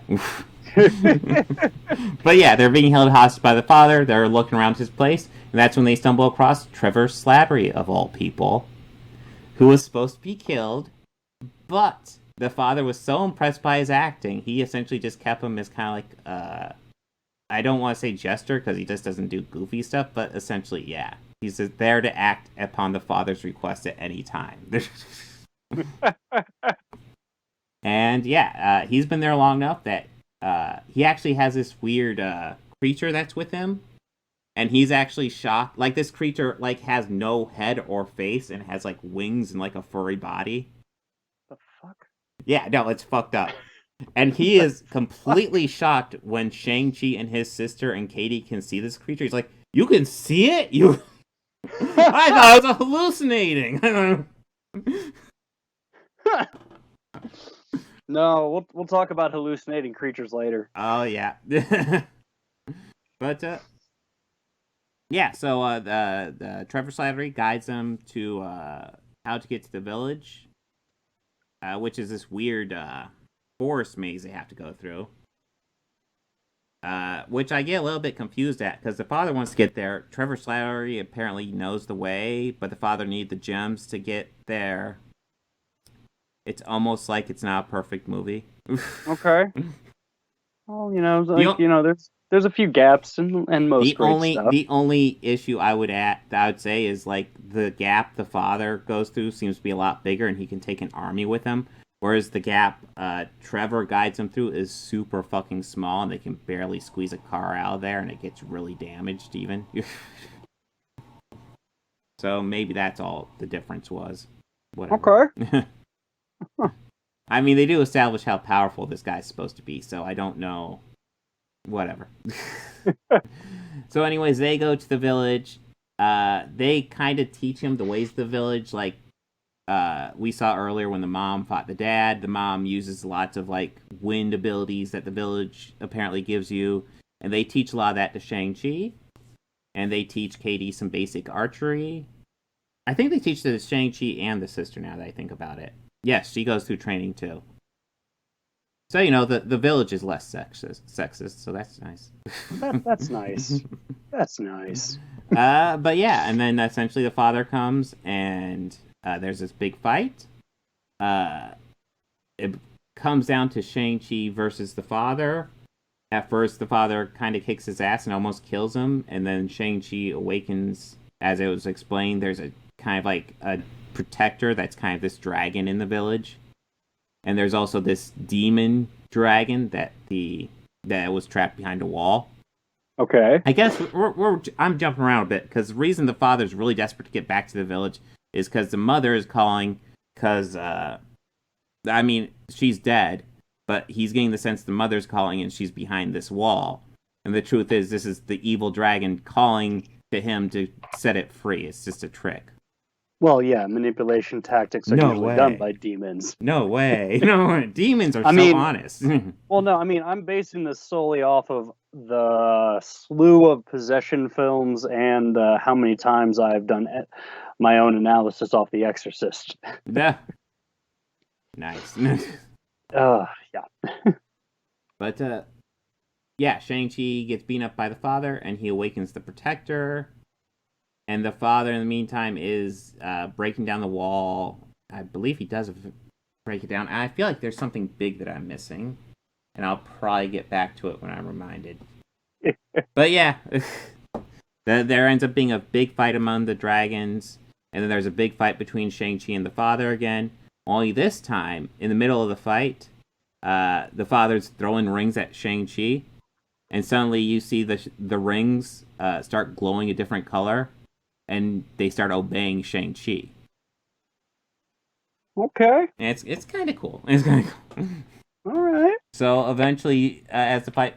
I wish it was it's one thing I wish it was explained more, because they don't really explain why they start following him. It's kind of cool, but they don't really establish what's going on exactly with that, or that the father eventually wants to pass them down to him. Well, the one thing I read about it was, I read one article about this saying that some moviegoers were confusing some of the mythical creatures in that film for Pokemon. I could get that. But I kind of like when I first read that, and I go like, well, Shang-Chi's Chinese and Pokemon are Japanese, first of all. Yeah. But that little hairy thing with wings and no face that Trevor Slattery thought was a hallucination fully could be a fucking Pokemon. In the article, they had a picture of something. It looked like a to me, I could best describe it of if a llama were like a small poodle size with wings. Okay. Like a little long neck and a tiny little head thing that was all a little white, and it looked like a mini llama, like a little lap dog sized llama with wings and a tail. Okay. That's what the picture was of. Familiar that there's something like that. It kind of, I was like, at first glance, I was like, oh, hey, it's a baby Falcor. Nice. And then I looked closely and I was like, oh, that doesn't look like Falcor at all. But, eventually, superhero movie, they get into a big old fight, good guys win. Yeah. Overall, my thoughts on this movie is I like it, but I do get the sense I'm undergoing Marvel fatigue. Because I felt the same thing after watching Black Widow, where it's like, it's good, but it doesn't really stand out. Which is, like, I watched Iron Man 3 after this. And Iron Man 3 felt so much more refreshing just because it was Shane Black. And I feel like a lot of these movies, you don't have that. And obviously, there will be movies coming up where we will have that. Like, obviously, we're going to get Guardians 3, that's going to be James Gunn. We're going to get Thor 3, Taika Waititi. Doctor Strange 2 is probably going to have Sam Raimi all over it. Sam motherfucking Raimi. And I am on board for that. Yes. Just Sam Raimi sold. In fact, I already rewatched the first one. Or I actually, when I got back, I watched Doctor Strange. Well, even the first one, that had Scott Derrickson, which that one was Marvelized a bit, but It had some Marvel stuff. There are some horror ideas in it, which I there absolutely were. And what I think the best idea with, or I guess the best example I could use of this, how Marvel will still keep their thumbprint on it, absolutely, but they also allow the directors a lot of creative liberties. And really, Falcon and Winter, or not, I'm sorry, but the Winter Soldier. Yeah. Captain America: The Winter Soldier, that one. There's parts of it where I feel like I'm watching like a political drama. Yeah. And there's other parts where I feel like I'm watching an espionage spy film. Well, and there are even parts of it where it kind of felt almost James Bondy at times. I was thinking about that too, because lots of these movies, like Shang-Chi and Black Widow, have this kind of Marvelized kind of almost. It's cool, but it's kind of bland feeling. And I think the Russos are often clumped in that group, and I don't think they belong there. Because all their movies have this distinct feel, and usually it's very, no matter how crazy what you're watching is, it usually feels very grounded, and they do a really good job with that. And even with Civil War, the same thing. A lot of it felt like a political drama. Yes. And I mean, most of it was, in fact, that. Yeah. But it's still just like, I forgot I was watching a superhero film. Yes, and it's easy with those movies. And essentially, what I'm getting at is Shang-Chi has some beautiful visuals. This isn't a bad movie. I'd probably rank it better than Black Widow. Take that with what you will. I think they established the guy isn't the Mandarin, so he even makes fun of the name. So we never get an MCU Mandarin. Whatever. I'm not really thrilled with what they do with the rings. I think the idea of turning into bracelets is cool. I think just deflecting and bouncing around with them is kind of boring. Yeah. Overall, I like this, but again, it's fine. Visually, it's great. Story-wise, And don't worry, there's a post-credit scene where it establishes even though they do defeat the father actually does a hero sacrifice. Well, okay. Yeah. And then it establishes that the daughter takes over the 10 rings, so the 10 rings are still there, so okay. I'm not gonna lie, a little sick of it, but okay. Ready for Iron Man 4, I guess? I guess it'd be Ironheart. Yeah. It'd be Ironheart next, I think. Yeah, because they did announce that. Yeah, it's a Disney Plus thing, so maybe that's when it comes back. Maybe. Kind of okay if they move on and do something else, but okay. But all right. This is good. That's Shang. No, okay. Well, Shang-Chi does seem like it's going to be a great film when I check it out.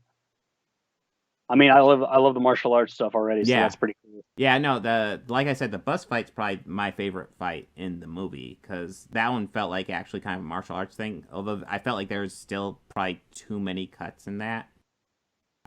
When something like that, something like The Matrix, I thought had great martial arts scenes, because there's lots of long takes, and when it does a quick cut, it's usually just for like a move, and you can still clearly tell everything going on. Shang-Chi is not that well put together.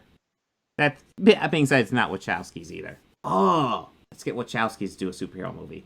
Oh, yeah. Marvel would probably not dig that, but I would. All right. So, is there another movie to talk about? We other than Trick or Treat, we have one more Marvel thing on the docket. This? Trick or Treat? What? Huh? Yeah. Who? What? Yeah. So in this week's Appreciating Great Trash, we are going to talk about the 1986 horror film Trick or Treat. Yes. Trick or Treat. It's also in other markets it was released as Ragman. I was wondering about that. I think in YouTube. Okay, so you can't really find a commercial version of this, but it's on YouTube. So whoever uploaded it, thank you. I think it's like the title is Trick or Treat of the video title, but the actual credits I think say Ragman. Yeah, Ragman, or another name that was released in other foreign markets were Death at 33 RPMs, which actually that's a really cool title. Yeah. But let's see here. Yeah, 1986 horror film. It was released by De Laurentiis. Oh, De yes, Laurentiis yes. Entertainment Group, known for great 80s schlock. Well, yeah. Yes, it's a film that stars Mark Price from what was it, Family Tides or Growing Pains? Oh, was Whatever it one something like that? I didn't know that. Yeah, he was from one of the. What was the show that had Michael J. Fox? Family Ties, I think. Family Tides. I think Growing Pains was the Oh, Kirk Cameron one, maybe. Yeah, it's that fucking Jesus loving. Yes, God, that dude. You know fucking that Kirk, fucking dude. Kirk mother fucking Cameron. Oh, The shitty Kirk. Yeah, well, that's something for another. That's a whole nother topic for another day. Yeah. But Mark Price played the neighbor on Family Tides, named Skippy.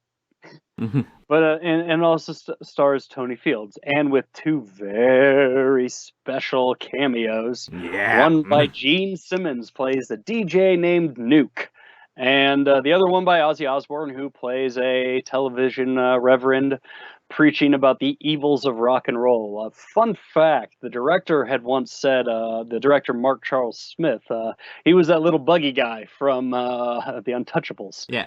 He was the one who died in the elevator with the note "touchable."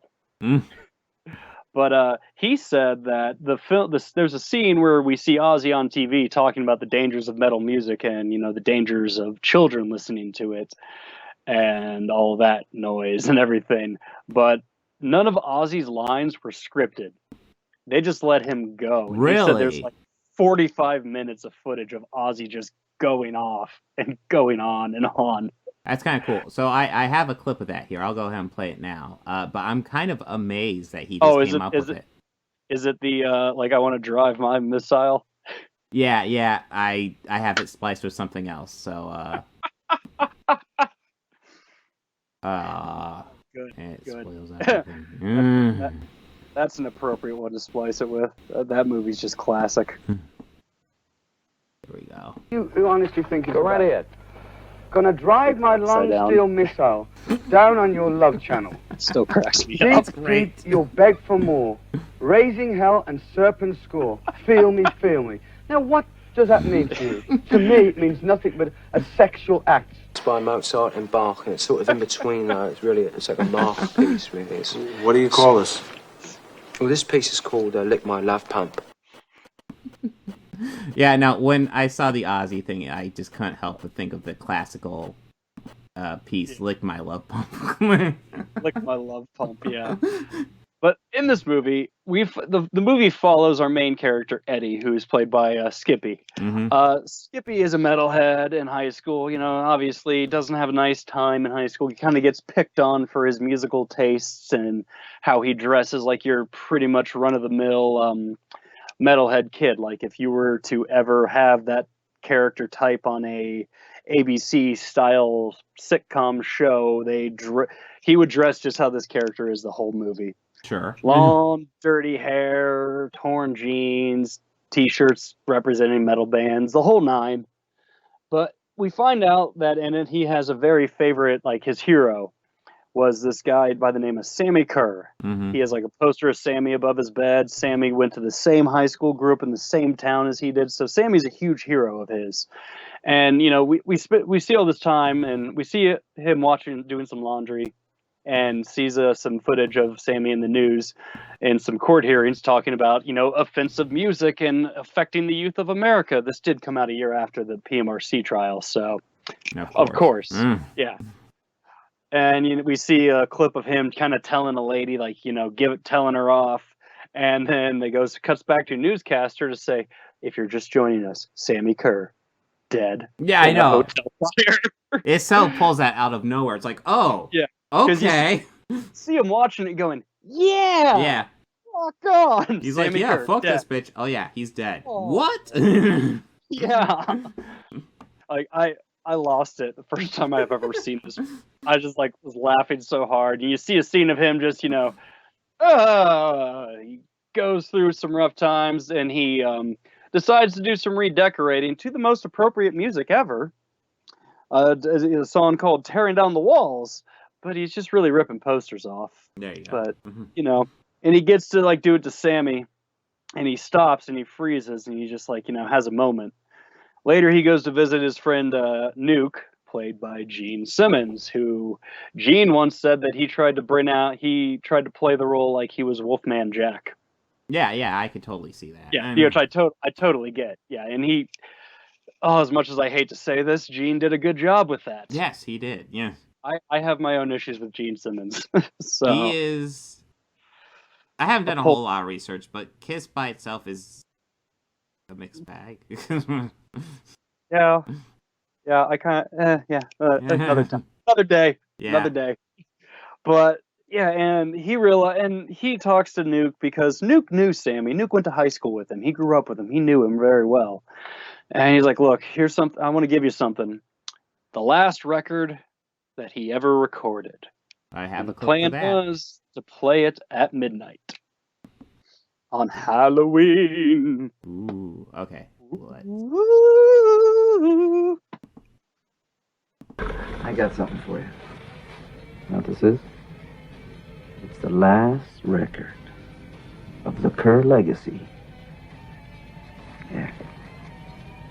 They tried to ban him, but they couldn't stop him.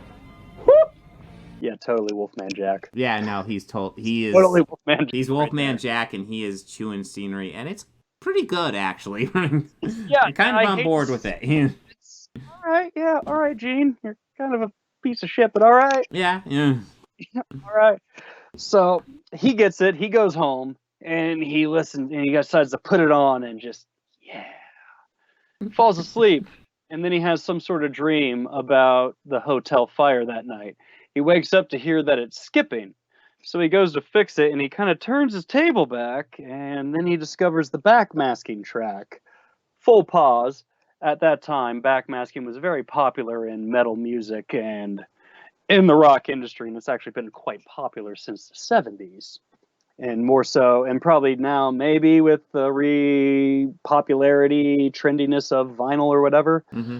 But like rock stars have put hidden messages in it. Now, if you put your hand down on your turntable and just spin the record very slowly backwards, most of the time you're able to catch those messages. There's a very famous case about how Led Zeppelin was really praising their love and devotion to Satan with the song Stairway to Heaven. Ooh. Now, I've heard the alleged backmasking praising, and I go, it kind of sounds like Robert Plant is saying that. But then again, all those guys were always like just super high on LSD and drunk off their asses. So, I mean, maybe, they did it to fuck with you or, whatever. Rock stars have done that for years. Hell, John Lennon famously did it with the Beatles song, where only the first few words in the song actually genuinely mean something. The rest is complete, total nonsense. Mm-hmm. Song's I Am the Walrus. Yeah. Shocker. But the opening line is, I am here, you are near, and we are all together. Mm-hmm. Only words that he put actual meaning to. The rest is Lennon just kind of giving the middle finger to the people who try to dissect their lyrics. Yeah, no, I always loved the story behind I Am the Walrus, because it was John Lennon, because they always found these meanings in these songs, and it's like, I didn't write that. They're finding these things. And I Am the Walrus was almost like a challenge for him, just like, go ahead. I fucking dare you to figure out what the fuck this song means, because I have no idea. I don't know. I was fucking high when I wrote it. Yes. I'm John fucking Lennon. Yeah. Yeah. But he discovers the backmasking track, and somehow it seems to be correlating to what Eddie is going through personally with the bullies that he's experiencing with, I can't think of the actor's name, but I've seen him in so much as this role and in so many 80s movies as this bully type. He plays it so fucking well. It's great. I did not recognize him at all. But I mean, you're talking about the main bully, right? Yeah, the main bully, yes. The man who learned the value lesson of not wearing a skinny tie in shop class. Yeah. We'll get to that. Yeah. So it kind of gives Eddie these directions on how to get back at his bullies. And at first the revenge is, very tame, considering what they did to him earlier in the film, which they found him in a locker. They found his stuff in the locker room. First got into his locker, started going through his shit. That's fucked up to begin with. was making fun of his clothes. Like one dude had his little jean vest on with his buttons going, "Yeah, dude, yeah." Honestly, when I first saw this, I go, "Man, I want to punch that guy." Yeah. And they ended up like kind of they stole some stuff from him. She's like trying to get it back from him. The main bully grabs his towel, pushes him outside of the gym while the girls are playing volleyball. It's a good thing one of them just so happened to have her camera. Yeah, just yeah. Gym class. I thought that was so weird. She ran up with a camera. It's like, really? You want to save that? I mean, I felt bad for the kid. Yeah. Oh, yeah. No, I felt bad for him, too. And it's also one of those things, like, in high school, you know, of course, you're going to be, like, all ashamed and freaked out. Where in, like, normal reality, like, when you're growing up, you'd look at a situation like that, and you'd just be like, ladies, you'll cover your bits. Don't stare too much. Yeah, you'll cover your bits and just go, ladies, enjoying the day. I know you've been dreaming about this. I know you've been... And boom, boom, boom. And it's like, talk about your best dream come to a reality. Yeah. Just try to play it off. Getting very funny, guys. Yeah. Yeah, but... Anyways, his plan to exact revenge on him was to walk up to him and just slap his tray of food right into him, which, good. Then he runs, chases him, and through a long, big setup, he set up these long series of Tom and Jerry style traps, and it's fucking hilarious. Yeah. he ends up tricking them to make him think he ducked out into the teacher's lounge. And they go in there and bust it in with the fire extinguisher and just get like, you know, a good half of the faculty soaked with fire extinguisher juice. Oh, during that also, there's a great clip where they run into a kid from the AV club and they just throw a projector down the stairs. Yeah, no, these bullies are intense, and it's kind of fun just how absurd they are. It's like, oh my god. Give it a rest, bro. It's like, okay, so he's a metalhead. Get over it, guys. Get over it. Fucking deal. Which I have like one gripe about that, but I'm gonna get to it later. Okay. So after that, you know, payback is great. Next day, he goes to record a cassette tape of it, so he could take the full backwards album and listen to it on his cassette tape at school. Mm-hmm. After school, he takes his buddy home and he plays it for him. He's like, dude, I'm telling you, this happened. Mm-hmm. And the guy's like, I don't know, it's kind of lacking on the melody, but, you know, just same old sound that he did before. That's what it sounds like to me, dude. He's like, oh, you're not hearing it. And I go, man, you're maybe digging too much into it, man. I know you're bent out of shape about him dying, but, you know, just got to move on, man. And, you know, his friend just thinks he's just obsessing over Sammy's death. And, you know, he's like, oh, you're not listening. So that's when he makes the tape. The next day, he goes into a shop class because he hears another one that says 6-6, drill the bit. Mm-hmm. And room 6-6 is shop class. That's right. Yes, I forgot about that. Which, that's kind of a nice touch. Oh, yeah, I forgot to introduce Leslie. A girl who was out in the gym at the time. Her friend ran and got the photo. I forget that girl's name. We'll just call her Lisa. Mm-hmm. Yeah, Lisa, you know, so she took the photo, but Leslie was able to get the photo back from Lisa and give it back and his tape. And she's like, I'm sorry, my friends are assholes. And she invited him to go to a pool party. This is how and he goes to a pool party where, again, these bullies are just way over the top. Intense, man. Like, they probably don't have these now, but I know when, Bob, you and I were much younger, I remember seeing these, like, the item they stuck in his backpack. I remember seeing those all the time in Boy Scouts. It's like a little weighted mount at the bottom, which you would put a flagpole in, but it's just like this heavy thing to keep a pole standing up or a flag or some giant hunk of metal, pretty much, they put in his backpack and push him into the pool with his backpack still on. So that's attempted murder right there. Yeah. First of all, not to possibly mention the breaking and entering. But yeah, I think that's actually what triggers him to do the first payback. I'm missing parts. Yeah. It's not great art, but it is fun. It's so entertaining. Yeah. So the second attack that he tries to get them back with, because they want to get him back for, you know, having them do janitorial work all afternoon. Ooh. You'd be surprised what people stuck underneath a desk. Actually, no. No, that's what I thought. No, that's exactly what I thought. A lot of gum. Mm-hmm. A lot of gum. Probably Hey decades. guys, free gum. Dude, guys, this one broke the tile. This has to be from the 70s. So tastes dusty. yeah, this time. So they try to get him back. They try to exact serious revenge on him, and the main bully kind of corners him into the wall where he starts picking up wrenches and fucking throwing them at him. Yeah, which is insane. I mean, I did think of it instantly when I was watching that. If you could dodge a wrench, you could dodge a ball. How did I not think of that? Holy shit! But the bully throws two, and they get a little bigger, and then he gets to grabbing a big old daddy wrench, and he starts slowly walking up to him. But I don't know. It's like when he goes over to grab it, he's wearing a skinny tie, and both him and his buddy are wearing them. And typical 80s, you see them both with their skinny ties. I just started laughing at the ties when I first saw it. Yeah. He leans over on some shop equipment. It somehow turns on, wraps his tie, sucks him down on his chest. A drill starts coming at his eye very slowly, very slowly. His buddy goes to save him, and he's stopped by sparks. He can't get past him. He doesn't want to, ruin his tie or his hair. But, I think that was a belt sander. It was some sort of industrial sander that was causing the sparks to shoot out. Yeah. But anyways, Skippy sees it. He slowly gets up. The dude's like, make it stop, dude. What are you doing? What are you doing? I ain't doing shit, man. Yeah. And he turns the power off just in time, which, yeah, that's about the point I would have turned it off too. Would have really let him sweat. Man. And then, these bullies are intense, though. It's like, holy shit. I mean, I guess it's part of the fun of this movie, because this is insane.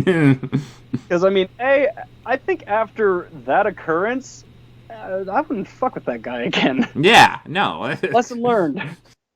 Lesson learned. You are one not to be fucked with. Got it. You get an apology card now. Yeah, you're going to get a very sincere apology. A very sincere apology. But anyways, Eddie decides to make a copy of the tape and give it to him as a peace offering. Thinking that, we'll see what happens, That's right, yes. Anyways, the guy goes to go be making out with Lisa. He goes to take a breather or whatever. Maybe she's just, sucking all the air out of his mouth. And all he's peeing, not very, what seems like so far away from the car. Yeah. Where they're at. She discovers the tape, puts on some headphones, and starts listening to it. And then we see these kind of green, crappy CGI smoke hands come and start having their way with her, and we're thinking that that's Sammy. He's possessed through the music, or the electricity is what it actually turned out to be. But his spirit or soul, essence, whatever is in there, and he starts giving her the time of his life. Yeah, and it's worth noting, she seems 100% into this. Just so on board until she opens her eyes. Yeah, until the end. She is totally into this. Just feeling it, yeah. And at the end, we're presented to a demon-like thing, which they gave a name to it. And I know that they meant to use it a lot more, but just they ran out of funding. But the puppet itself that they use for it, and then that shot is great. It looks amazing, even if it's brief. And they wanted to use a lot more of it, but time, money. Yeah. And I guess that he was also going to be featured on a lot of the Sammy Kerr album covers throughout the film. Oh, so really? It's like a little demon, like a trait, you know how Iron Maiden has the Trooper? Yeah. Like that. Yeah, it makes sense. Okay. Okay. That was the purpose of that, because I had to do some digging to find out, because always I thought, the fuck is this thing doing here? I could see its string. Yeah. Oh my god. So he goes to run back. He runs back to the car, takes the headphones off, and it kind of peels off from her ear, which is a great effect. Great effect. And it put her in the hospital. He goes back over to Eddie's house, and he's trying to confront him, what the hell did you do, man? And, he goes to run up and attack him. Eddie stops him and causes fire from jack-o'-lanterns to rise. Yeah. So Eddie's controlling black magic at this point. Fine, I like to think this must be what Skippy was up to when he wasn't hanging out with the family. Sure, yeah. Yeah. Logical. In universe, okay? In universe, yes. So, yeah, and after this is when the bully gets the idea, you know what? I don't want to mess with you anymore. Yeah, I won't have done that like forever ago, but okay. Yeah, I would have done that after the almost drilling out of my eyeball. Yeah. But hey, cool.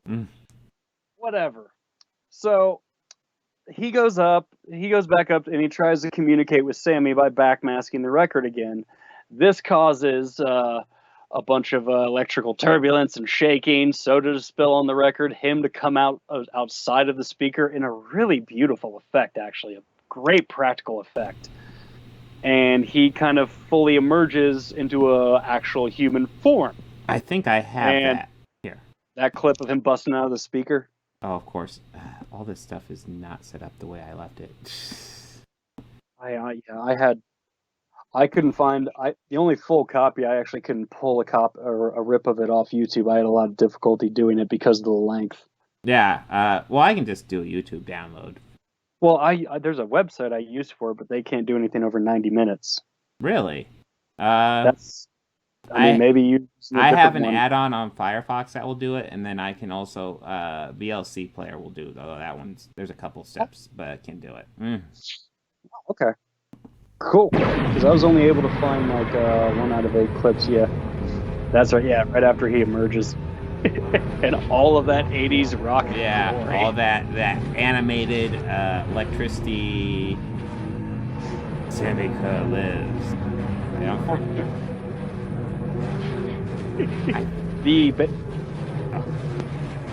I was going to say the band that performs most of the music in this. That's right. That is obviously supposed to be Sammy. Is the band Fast Lane.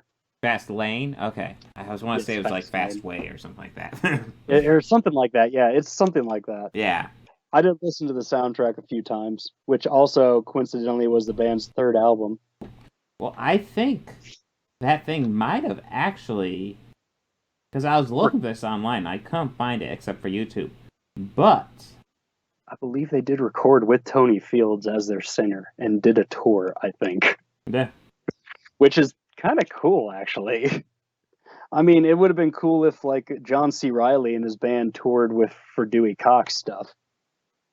Oh, that would have been awesome. I don't know. Him and Jenna Fisher singing, like, Let's Duet, I probably would have lost it every time. Yes.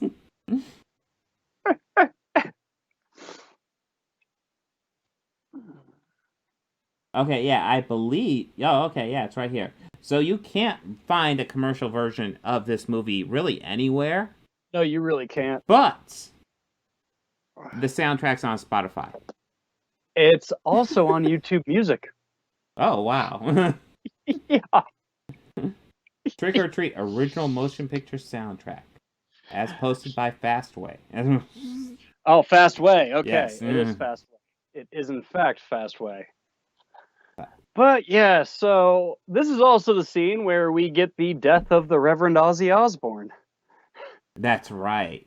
He comes on screen, talking about how these people are perverted. Yes. Or something along those lines. And you see Sammy kind of do a raking gesture across the screen. And then we find out he has a heart attack on set. Yeah, well, it's just weird. Like, you just kind of see the picture go out, and you kind of hear him go, ah, or something like that, if I remember correctly. Yeah. Yeah, and it's nice, because truthfully, I would love for that to happen to Joel Osteen, but that's neither here nor there. Okay. Yeah, you're well. I do want to say, like, Ozzy Osbourne's kind of awesome in this. He's just playing it straight, completely straight, and kind of blank face, and it kind of works. But it's also kind of like you could tell he was having so much fun doing that. And I mean, God, I would love that 45 minutes just to listen to it. The issue of Ozzy in this movie, there's not nearly enough. It's all I want to say it's technically like 2 scenes, but it's obviously shot on the same day, same set, and very quickly together. Between he and Gene, they have a total under 3 minutes and 15 seconds of screen time, I believe. Yeah, it's something. It's not even 5 minutes. And I'll go ahead and say most of that is Gene, and it's just that one scene where they're talking for the most part. Yeah, Yeah, and most of it's Gene. Yes. I mean, we even hear Gene more throughout the radio broadcast throughout the film, which again, that's probably stuff that was like he could have literally phoned that in. Yes, he could have literally. But knowing Gene, he probably would have asked for more money if he did that. What, you think Gene likes money? The man sells Kiss coffins. Huh. Did you not know that? Are you saying that Kiss is something he uses to make money? Well, I mean, he can't use his family anymore. You see, it's been a while since I've researched that stuff. That might be a topic worth talking about. Yeah, we could dive into Gene and Kiss's greed. Yeah. And Kiss in general. Yeah. So, yes, after this, it gets pretty intense, but nothing really does happen. It's just kind of a lot of idle threats made from Sammy to him. Mm-hmm. And eventually he starts breaking his stereo. His mom comes in. She's like, "You broke your stereo. I wanted a new one." And he gets grounded. Okay. Cool. Okay. And it's worth noting that she didn't like she was... This is past the scene where she went through his stuff and was like freaked out by all this stuff already. Like, yeah, she was kind of... You see her looking through some album covers and you clearly see her just, Yeah. And even later, when we're first introduced to Ozzy's character, she's like, I want to say she's jazzercising in the bedroom. Yeah, that's right. Watching television, Mm-hmm. and they're first interviewing him, and you first hear him talking, and that's where we see the clip you played earlier of him talking about a love missile down what is it, like a flesh missile down a love channel. Yeah, it's clear what they're talking about. They're being very subtle. I don't know what you're talking about. Yeah, space travel. Yeah. Come on now. Yeah. Everything's different in space. Yeah. But yeah, he gets grounded, and then he calls up his buddy because he needs his friend to go get that tape because he knows it's bad news. So he calls his buddy Roger, and Roger goes over to this bully's house to try and steal it out with no sense of discretion whatsoever. Like, you see him like sneaking over in the most suspicious outfit he could. He tries to get into the door. He realizes that it's unlocked, goes in, gets the tape, pedals his little moped off, and then starts it and rides away. Yeah. I mean, he does it covertly and discreetly. You know, he doesn't get caught, but it's just he looks suspicious. Yeah. the whole time doing it. I'd just be like, that little geeky kid's up to something. Anyways, he goes home and he tells Eddie, I got it. I destroyed the tape. Roger lies. Mm-hmm. And he goes and plays it on his own.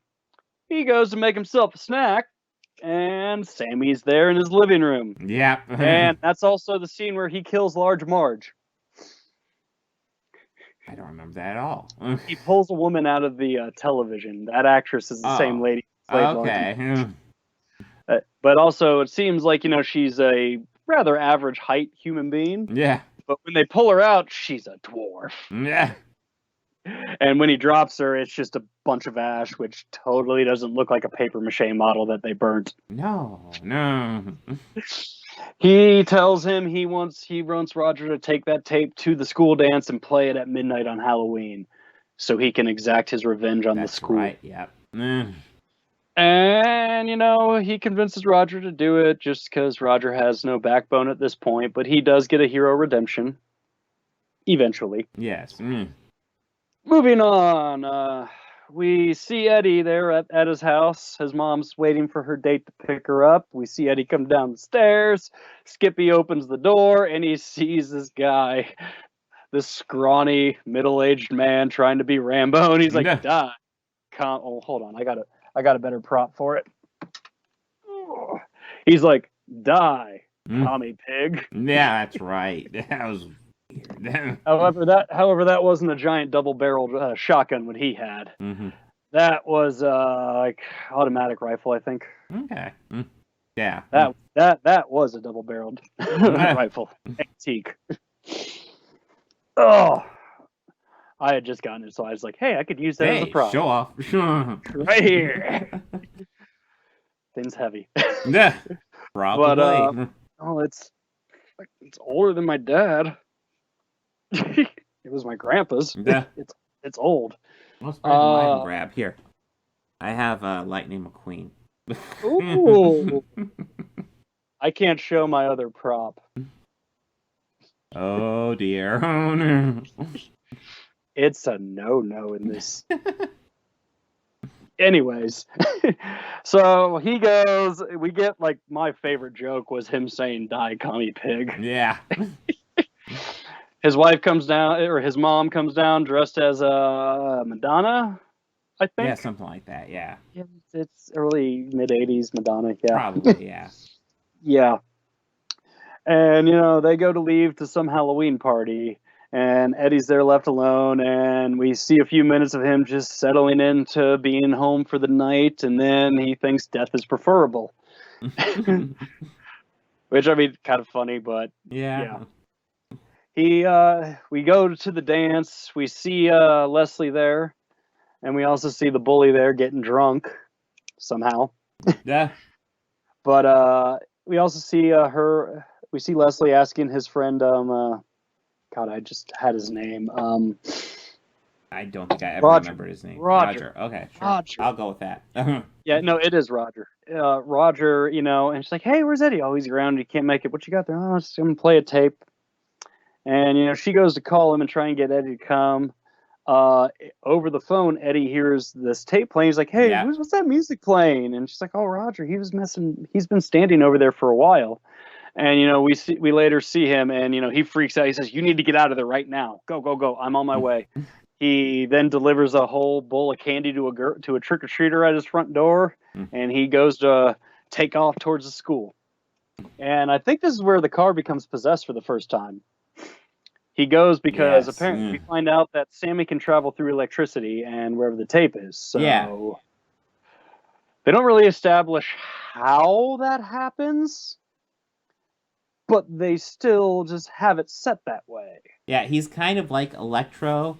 And there actually is a little clip I want to play of Sammy here, and I can't use my actual mouse. But I probably need to reset this clip too, because all this stuff got janked up for some reason. This one is apparently good to go.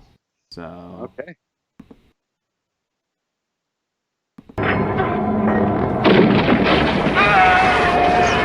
Yeah.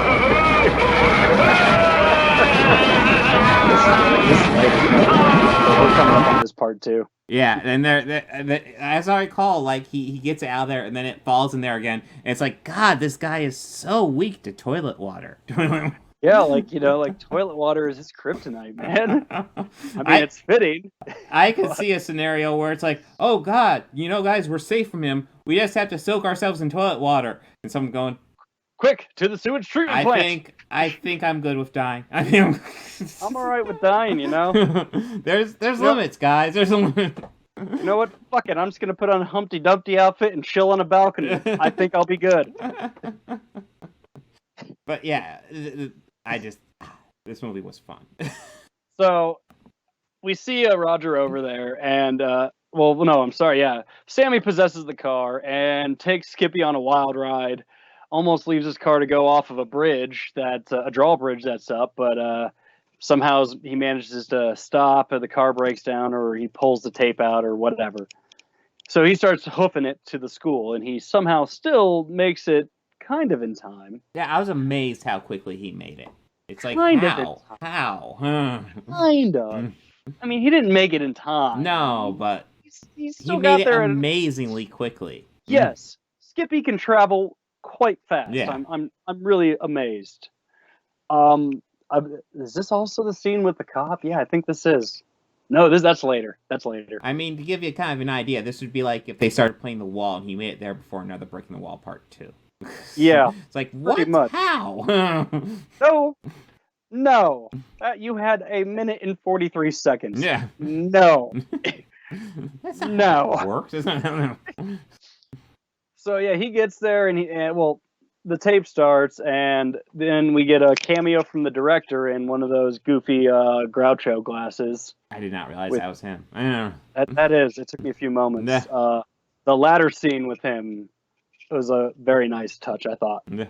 So he introduces a band that's going to play. And this is where I find this is the one thing about this movie that just really irks me. So Eddie was made fun of for being a metalhead, right? Mm-hmm. Why is there a fucking metal band playing the school dance and everyone is so happy about it? Well, it's a dumb movie, but yeah, it never made sense to me that how they're, oh my god, this kid's a metalhead. So and oh we my all like god, metal. We all like metal. Yeah. This kid's not into cool bands like Def Leppard. He's into Sammy Kerr. Is that it? Sammy Kerr? Yeah. Yeah. It's like, they're super similar. I don't know what you're talking about. Yeah, no, but Sammy's better. Mm-hmm. But yes. Hey, don't diss on Def Leppard. Oh, I mean they have a leg to stand on. Anyway, it's an arm, not a leg. They're fine with legs. Limb by limb. Anyways. So yeah, Sammy then the band goes like, all right, we're gonna play. So the guitarist goes to check his gear, try and get it working, and then Sammy's hand comes out of the speaker and he kills him. And a big explosion. There's one very enthusiastic guy in the back where you see this big smoke cloud come up and a guitar come flying up. You hear with this guy in the back going, rock and roll! No. He's feeling it. We see Sammy catch the guitar and they stop and they start playing a song. He starts giving a beat and the band all knows it just by him playing 3 chords. Yeah, of course they do. Which is true. Every musician knows that. Yes. Like if you hear the first few notes, you know how the whole song is structured. You know how the whole thing goes. Exactly. And if you don't, well, you'll get electroshocked to death by the lead frontman, which is exactly what starts happening to the crowd. Oh no, they didn't know it, did they? They didn't know. Sammy starts building up his solo electricity power and zapping people, which is, in truth, a fucking hilarious scene. Yeah. You see a guy with like a whole black robe and garb and a skull mask. You see him rocking out on the fence, riding the rail, and immediately you think, okay, that's a weird shot to focus right on the fans like that. Like they were on him for a long time for what they showed. Mm-hmm. They showed him for a reason. You see him charging up, and he kills the skull guy. Starts killing a few more people, but after you see the skull guy go, you just see more kids run up and take his place on the rail, as it does happen at shows. Mm-hmm. I mean, I don't know about the electroshock thing, but if somebody moves, not that one, but your spot's fucking gone. Yeah, you have a good spot like that, and you better hold on to it. And if you're on the rail, get a beverage, get 2 beverages prior, drink one quickly, and then you have your peeing cup. Yes, I was about ready to say, just be prepared to wet yourself. And then you have your peeing cup. I have been to shows where I have had to have a peeing cup. I'm not giving this up. I'm not giving. No, I wasn't. It was a rare lifetime chance. I wasn't giving that up. I got there early for a reason, Bob. What? That's why I chose just to take small sips of my water all night. So we see more, and I did mention earlier about a Humpty Dumpty. There is a kid that they show before the band in a giant Humpty Dumpty outfit sitting on a balcony in the gym. Right, yes. And I remember they showing that, and I went, hey, Humpty's here, all right. And he is the last one to die out of all the kids. And everyone just explodes like it's the Death Star. It's just boom, boom. And right before Humpty Dumpty dies, and he sees all the bodies, he goes, I didn't see that coming. No. And the principal we see earlier dies, and all we see of him is the glasses falling down and the nose coming off of the glasses, and we actually hear the nose make contact with the floor of the gym, very audibly. And that is what I thought. That's a nice touch there. Yes. I like. I really like that. That was cool. But, did you know that this director who played the principal, he also directed another film, Dolphin Tale 2. No, not just that. Air Bud. Oh, did he do Air Bud too? He is the director, Air Bud. So yes, fun side fact to that.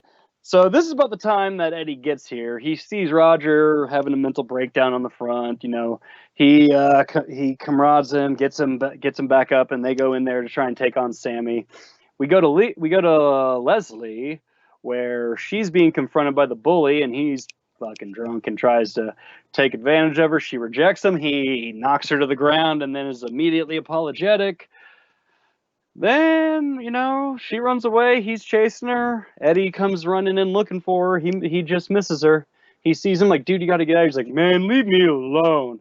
Sammy comes and kills him. So that bully's dead.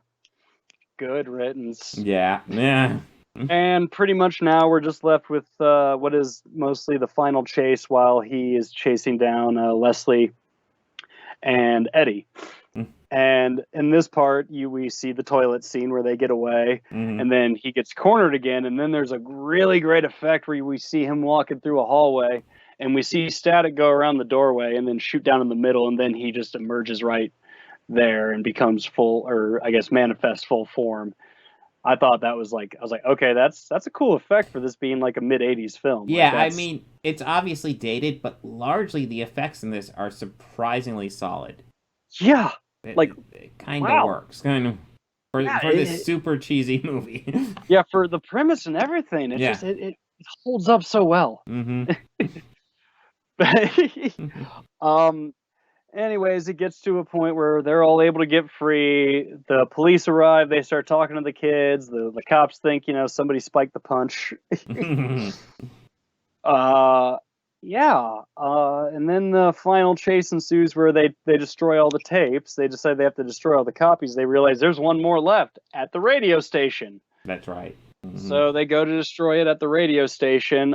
Sammy interferes. He tells Leslie to go wait for him, and he grabs some radios, and he gets him out, and he's able to finally kill him. And when he drives him into the fucking river in the stolen cop car, and that's the end of the movie. And it ends with him giving a sign off on the radio.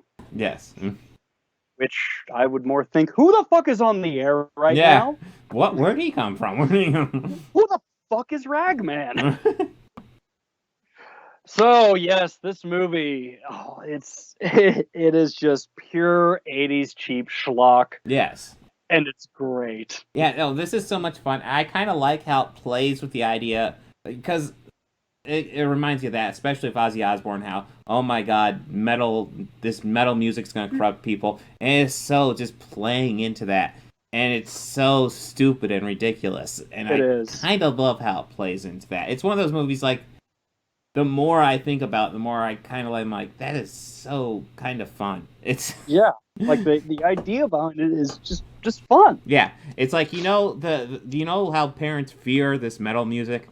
Well, we're gonna take that to the nth degree in this movie, and it's gonna be fucking stupid and glorious all at the same time. But it's also more for the kids of that, so that way they could see this and think, wow, their fear is so irrational. Yeah. So wait, they're scared that they're gonna listen to bad music or metal music, and then this guy will come back from the dead and get electrocuted by toilet water? And stuff will happen? Oh my god. Well, this isn't like the first time that this subject has been tackled in film, and I mean, it's mainly not the main plot in one in particular I'm kind of thinking about. I'm thinking about like Detroit Rock City, ironically. Kiss Again. Yeah, it's been awesome. I've seen that. Yeah, that's a Kiss one. But how like the parents they hated Kiss. They hated that that the kids were into that. Yeah. And like that stuff was very much a real thing. Like there were who just didn't like the music, but like we still see that today, and that's something that I feel will always be relevant. Like older people questioning the music of the younger generation. Although I feel like maybe it's toning down a bit, because the last artist I clearly remember that like really getting a boost from that outrage would probably be like Manson. Right? What about Cardi B and that Wet Ass Pussy song? Oh, I guess I don't know. Like, I don't recall... Not the same genre. I guess there were parents on YouTube freaking out about that. I guess it always will be around. It always will be, yes. But, I mean, in the sense of metal... And it's still dumb. But in the sense of metal, you're 100% right about that, Marilyn Manson. 100% right about that. And I'd seen Manson once live. I saw him at an Ozfest early 2000s. I want to say, maybe that probably would have been about probably peak Manson about that time, early 2000s, late 90s. Yeah, it was way after, a little bit after Mechanical Animals. Okay. Definitely after that. It was I'm trying to think. There was one year that I went to Ozfest where it was like the main stage lineup, and this was at Polaris Amphitheater. So the main amphitheater stage was like opening Black Label Society. I'm not sure of the order on this. I want to say it was like Judas Priest, Slayer, Iron Maiden, and then Sabbath. Okay. Which that was a fucking great bill. Yeah. That was a fucking great night. Mm-hmm. And I know the year before was like Disturbed, Manson, I want to say another band, and then Ozzy. Yeah, I don't remember. This was high school too, so I'm a hazy on it. It might also be because is metal less popular now than it once was? Because I feel like there's less new metal bands. Like, in early 2000s, they were all over. Oh. Well, I want to say that there's still probably a great number of them, but I'm pretty sure a lot of them are practicing the "it ain't broke" method. Yeah. Which happens a lot with like metal, I feel. Yeah. That's true. Like that's why after a while, like I can't go long stints of just listening to nothing but it because it kind of gets stale to me. It gets redundant. There isn't enough to it. It depends on the bands too, but yeah, it really does. I mean, now there's like they've broken off to like different genres so much now that there's like the speed metal, the like epic metal, the what the fuck ever, Yeah.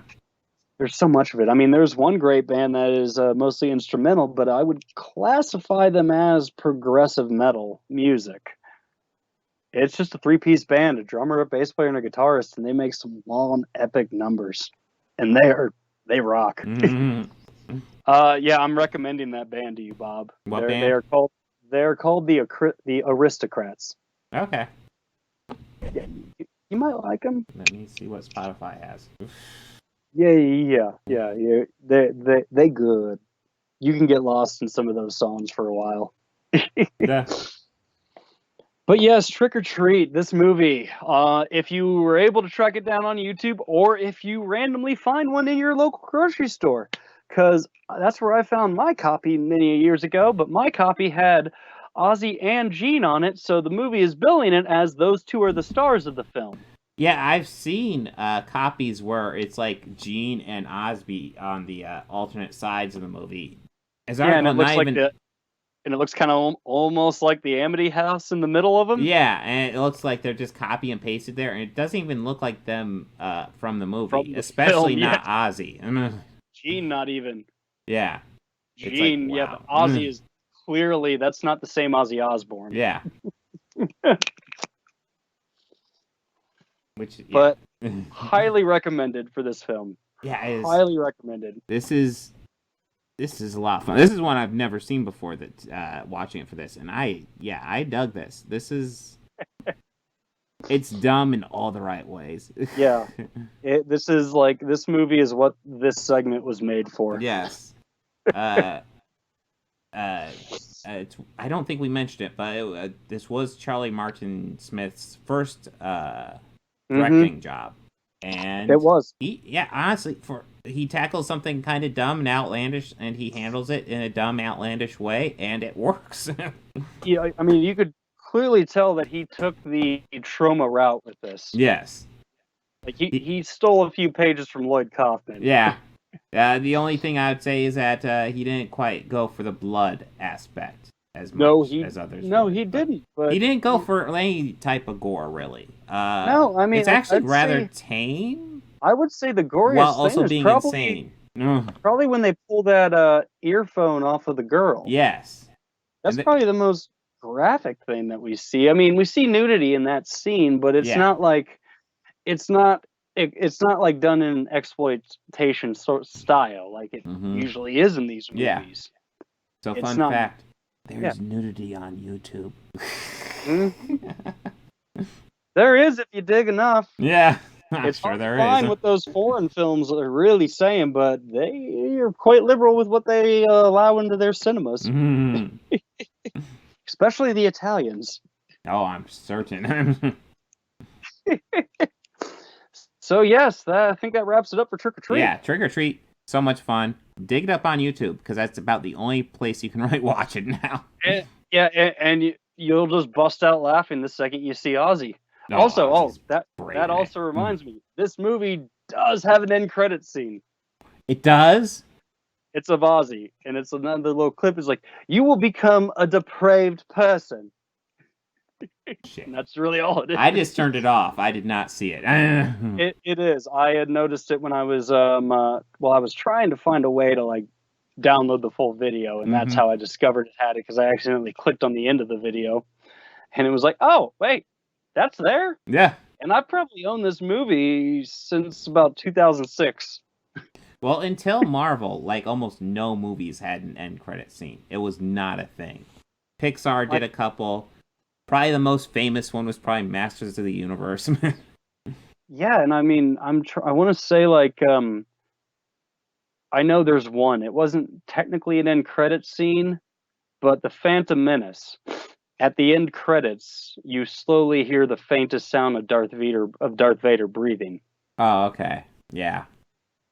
But and I'm trying to think of if there's anything else. I mean, movies had always done like the outtakes and stuff like that during the credits, but yeah, it became kind of popular for comic book movies. Then when Marvel did that Nick Fury scene at the end of Iron Man, it took off. Speaking of Marvel, I believe there's an episode of What If. I believe this one was What If everything worked out great for Doctor Strange and he lived a happy life. That was this one, right? I mean, I first thought, is he going to be a dick? Is he not going to be a dick in this version? Yeah.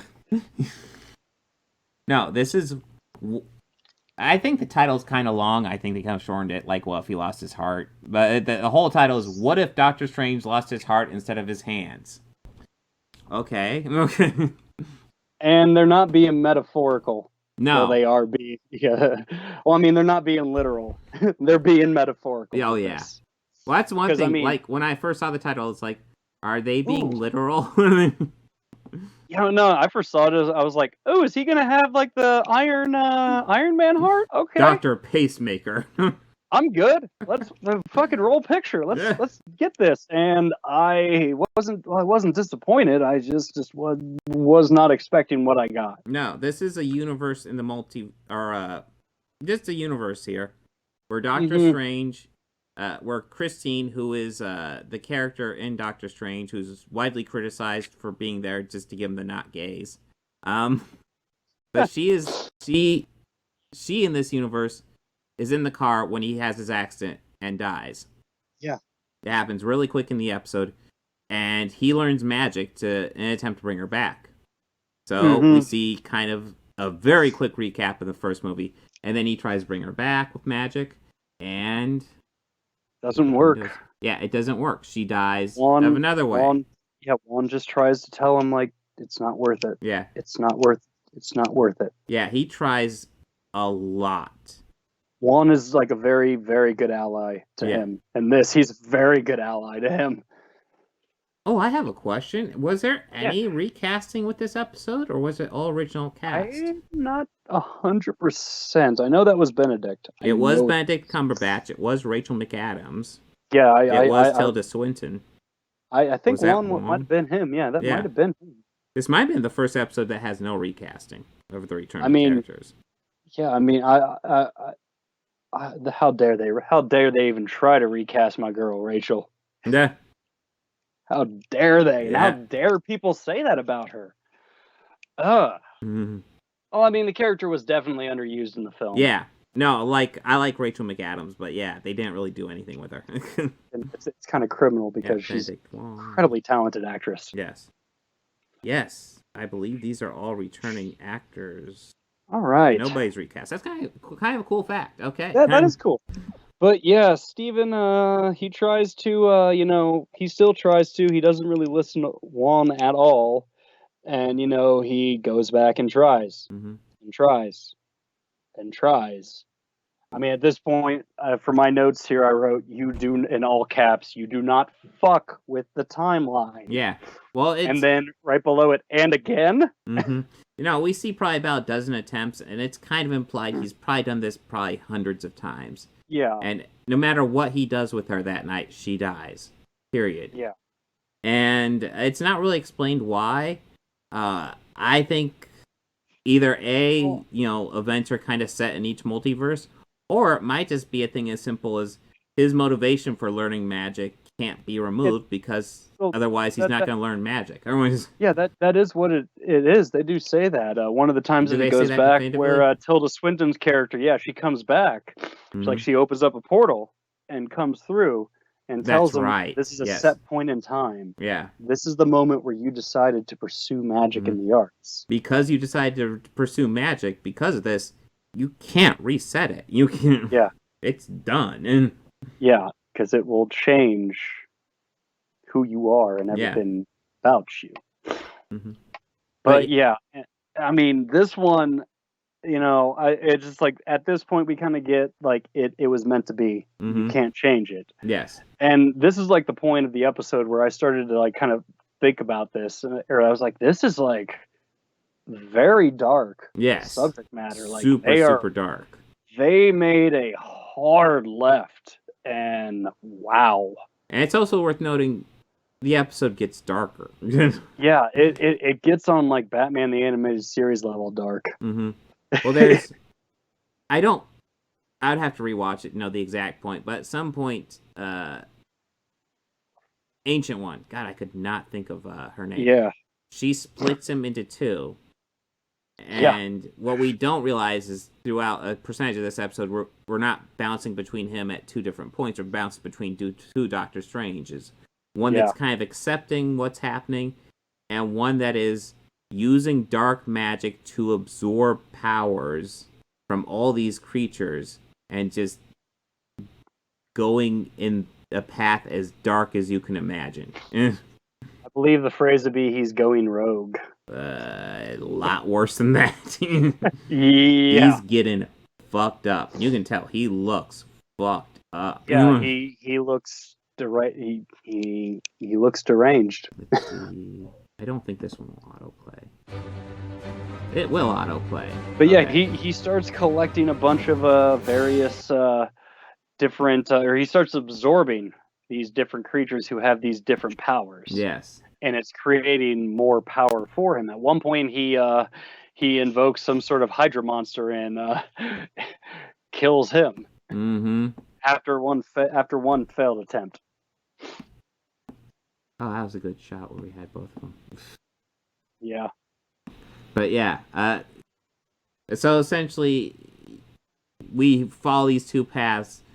They get into a conflict. And then the one that goes down the dark path eventually absorbs the good one. Yeah. And I don't remember exactly what he does, but throughout all of this, the universe is just collapsing around them. Yeah. And not long after this, the universe just collapses. And he's stuck in a shell with her alone for as long before she collapses into the universe. Yes. Because she's there for a moment, and then she's gone, and he has to say bye to her again. Only this time, he's killed her hard. And Steven is left alone. Yes. Forever. Also, real quickly, we did gloss over this, but the Cape versus Cape fight was fucking awesome. Yeah, that was a little bit of levity in this fucking shit show. Although even that gets dark. Yeah, and I mean, we also did see like what could be considered a graboid for a minute too. Graboid? Yeah, from Tremors. Oh, God, I haven't seen Tremors in forever. I've been wanting to watch that again. I saw like that giant worm thing come out of the ground. And I was like, hey, a graboid. I was like, hey, a graboid. Cool. Shared universe. The first episode of the MCU was actually Tremors. Yeah, that was like, that was a really dark episode. I mean, the Yes. series is picking up steam. I really like the direction they took in this episode in particular. Mm-hmm. I mean, it was a great way to play with the timeline and the scenarios of this particular story. I mean, so much about the tone of it, like I had said, kind of reminded me of the Batman animated series, with just like even the color scheme of it being overall dark and bleak. Mm-hmm. And just like, I don't want to quite say derelict, but just, there wasn't a lot of bright colors in this episode. And it just set a mood for it the whole time. So, I mean, I was very happy with this episode. Very pleased. Yeah, no, I don't know if happy is the right word with this episode, but I like what they're really starting to explore the series, thankfully, which I was really getting disturbed with the first couple episodes where it's just like, let's just switch around some characters. Now we're going to explore what we could really do with this series. I'm very happy about this because Yes. just like I said, they're probably playing it safe for the first two. Yes. And now they're going to be like, okay, wild card, bitches. Yeah. Now we're going to do whatever the fuck we want because we can. This also means now we can watch the zombie. Well, I can watch the zombies episode. Yeah, I gotta wait. My kids will be here tomorrow. I can watch it then.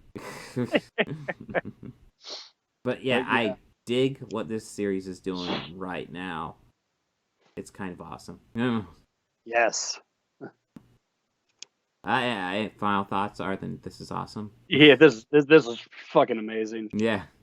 Yeah, I'm happy, and I'm also very much ready for Spider-Man. That's right. Spider-Man is in the next one, isn't he? Yeah, well, from what I understand, I did see like a preview for it, and I think what the gist of it is, and in this one, I saw a zombie Cap, a zombie Iron Man, and a regular Spider-Man. Yes. And from what the description also said, somehow the Avengers got affected by zombies and infected, and some of them are zombies, and the surviving ones are looking for a cure. Okay. So it looks like they're covering Marvel zombies. Cool. I am on board. I am so on board for this.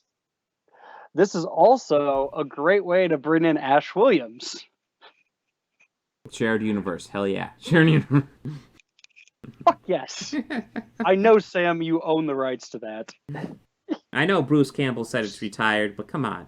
Come on, Bruce. He'll still come back and do the voice. Hey, there and you he go. did say he will never play the role himself in a live action, but doing the voice for a video game or something like that, yes. So, I mean, you think Bruce will say no to a Disney/Marvel paycheck? Yeah, no, he wouldn't. I mean, I went to see him when he was doing a tour for My Name is Bruce, and he had a Q&A about it before, and I mean, he's a really funny guy. No, yeah. Unfortunately, everyone there really didn't want to ask any questions regarding the film. It was just more about other stuff. I asked one about the film. Yeah. I asked a filming location for it. Hey. And I was just like, I'm curious, where did you film this? Like, did you guys find a backlot? Or he's like, no, actually, that's all on my property. Nice. No shit. And he's just like, yeah, I got a nice place out in Oregon. But whereabouts in Oregon? He's like, and his response, nice fucking try. Okay. So Oregon, we can figure this out. It's more, do you live on a mountain? Or that's really what I was asking, but okay. That's cool. Yeah. But yeah, I guess they did build that whole set on his property. So the little town, the graveyard, all of it was just his property. Nice. In his driveway, as he said in the commentary. Well, moving on, there was something I meant to bring up in the opening. It was the Cincinnati Comic Expo, which I'll be going to. I guess it's not this weekend; it's next weekend. So I'll definitely get like videos and stuff. Nice. Maybe get interviews. I don't want to jinx it. It's a podcast. But yes, that will be happening, and it's one of those things I kind of want to tell the story. They were asking if anybody wants to sign up for a press pass, and I was just like, I got a YouTube channel, sure. They even stress in there, okay, if you write for a newspaper or you report for TV, we will give you a press pass. And we have a limited number of website ones. If you have a website, maybe you get it. Probably not, was the impression I got. So I went, okay. So I signed up for it. I just roll the dice, see what happens. Yeah. And about a month later, they just email me and are like, here's your press pass. And I was just like, wow. Fuck yeah. Yeah, that's awesome. So, yeah. So, who's on the docket for Cincinnati's Comic-Con? I know Katie Sackhoff will be there. Okay. Felicity Day. Ooh, Felicity Day. Who else? There's a couple of people on there. She was on the MST3K revival. Yes, she was. Jinga. Which I guess that got canceled again. I just thought they were taking a break, and all of a sudden they're like... No, they did too, and Netflix pulled the plug on them again because it's Netflix. And they did another GoFundMe, and I think that they're trying to launch their very own streaming thing. I don't understand. It couldn't have cost that much. Why did Netflix pull the plug? I think the most expensive thing would be probably licensing for the films they make fun of. Yes. Yeah. And you can't tell me that's that pricey. I'm sure some of them are maybe some of the newer ones. I'm sure they pay more to do that with riff tracks than anything else.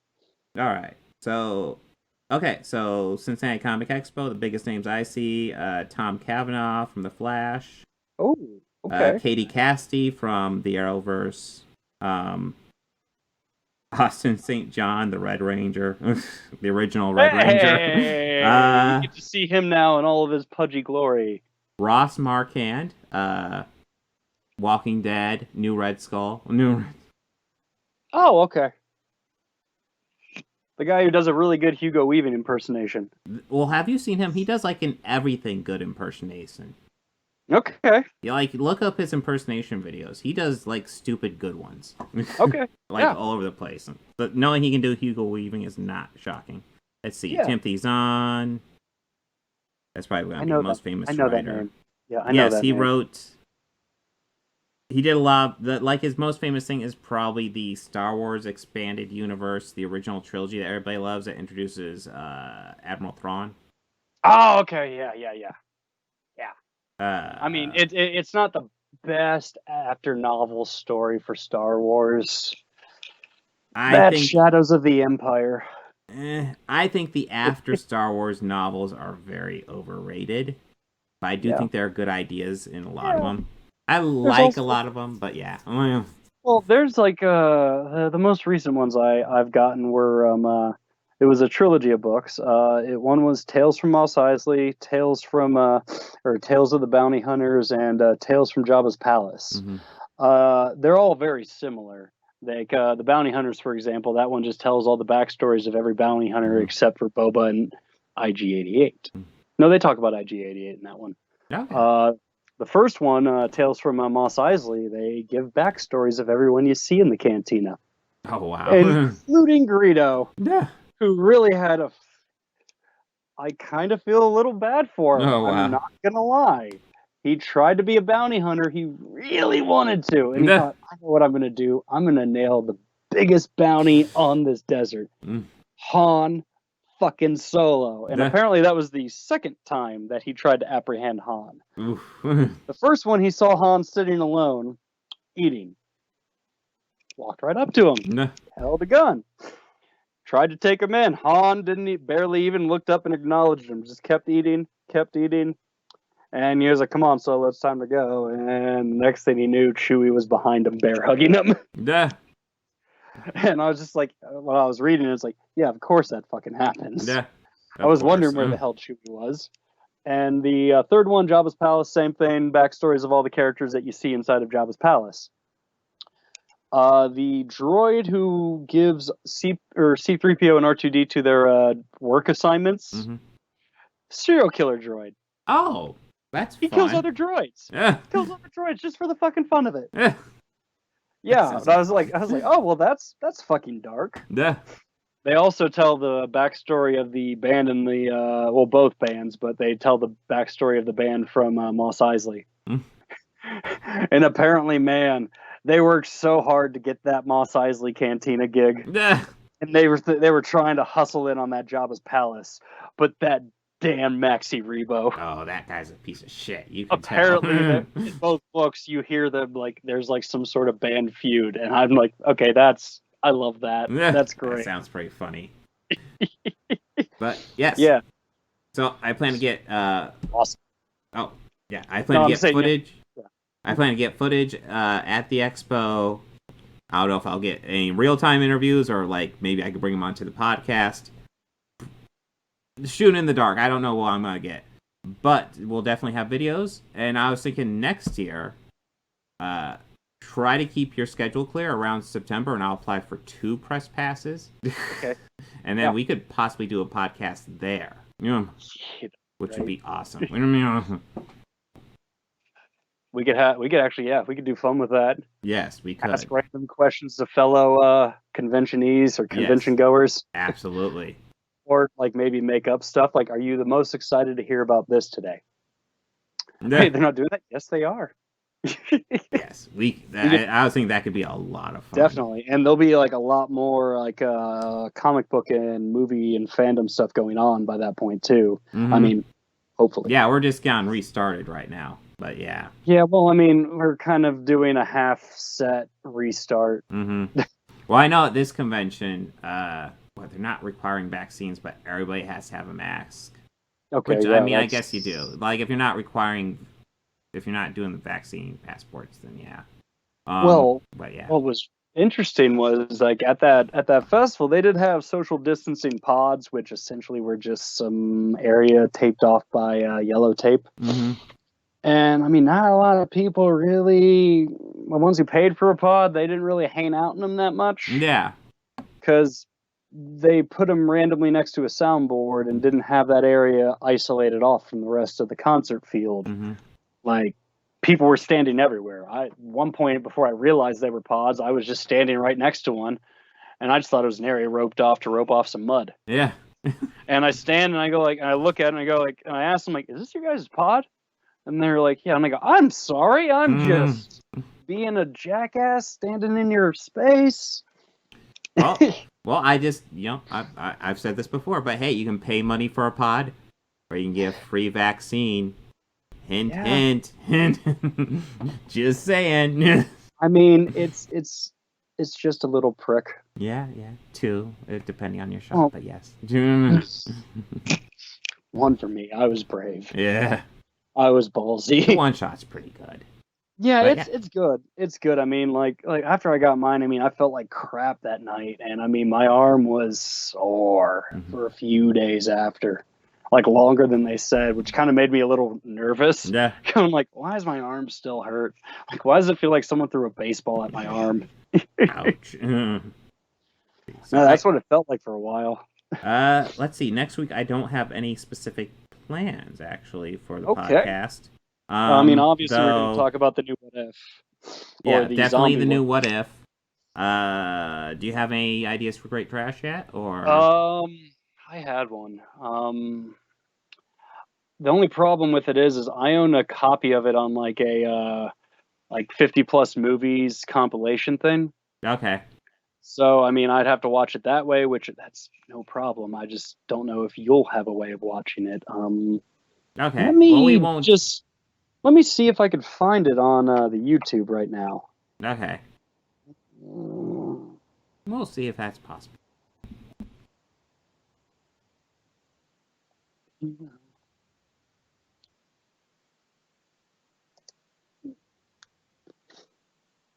It might be a lot of those compilations are... Hey, it is on here. Okay. Cool. So we're going to watch Split Stream, a 1989 sci-fi movie. Okay. Split Scream? Split Stream. S-P... Oh, Stream. Yes, Split Stream. Okay. This movie stars Bill Paxton and Mark Hamill. Ooh, I like the cast. I like... Is it actually starring or just like 3 minutes in there? No, Mark Hamill's the bad guy. Nice. I'm not gonna lie. I always thought Mark Hamill was an underrated actor. Yeah, I after this, I agree. And you know what? Bill Paxton is a great leading actor too. Or he Well, I he's don't a know if great I've ever leading seen him actor. as a lead, but yeah. Twister? He's good. That's true. Twister? Twister was not a great movie, though. Let's be Well, real. I Let's mean, be real. It was star-studded, but Yes. I mean, that cow stole the show. no, Jack Nicholson stole the whole movie. Yeah. All right. Well, we'll see you guys next week. Yes. Oh, anything you want to plug real fast? Oh, yes, Plugging. my True Crimes have started to go live. They went live as of the 6th, and tomorrow the first podcast will premiere. But if you've already seen them on the Facebook, they're just reruns. Ooh. I'm hammering out more of the new ones. Obviously, I took a bit of a break last weekend, but I'm going to get right back on there. I got a few other stuff in the pipeline coming out. I got maybe a fun edit thing I might start contributing to the Organized Chaos channel. Really just more me having fun cutting movies. There you Various go. parts, stuff that makes absolute no sense. But yeah, that's what it is. I'd like, if you're checking this out on YouTube, go check out my channel at Bobby Quarters and watch some true crime stuff. And patiently wait, like and subscribe. And yeah, on my main channel, my DCEU ranking probably not coming out tomorrow like I planned because I got busy. So next week, I'm pretty far into it. So, God, I hope next week.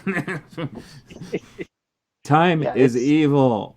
Yeah, I mean, I really think, like, whenever I have a good idea and I start working on it and I get sidetracked, I always think that, God, if I had an actual studio workspace, this would be so much easier. Yeah, because I would just sit in it, hammer it out, build everything I need, and then film, and then I'm in post. Yeah. Well, also, if the YouTube thing could actually start paying out. Nice. Just saying. I mean, like and subscribe, guys. It's great. You want videos to come out faster? Well, guess what?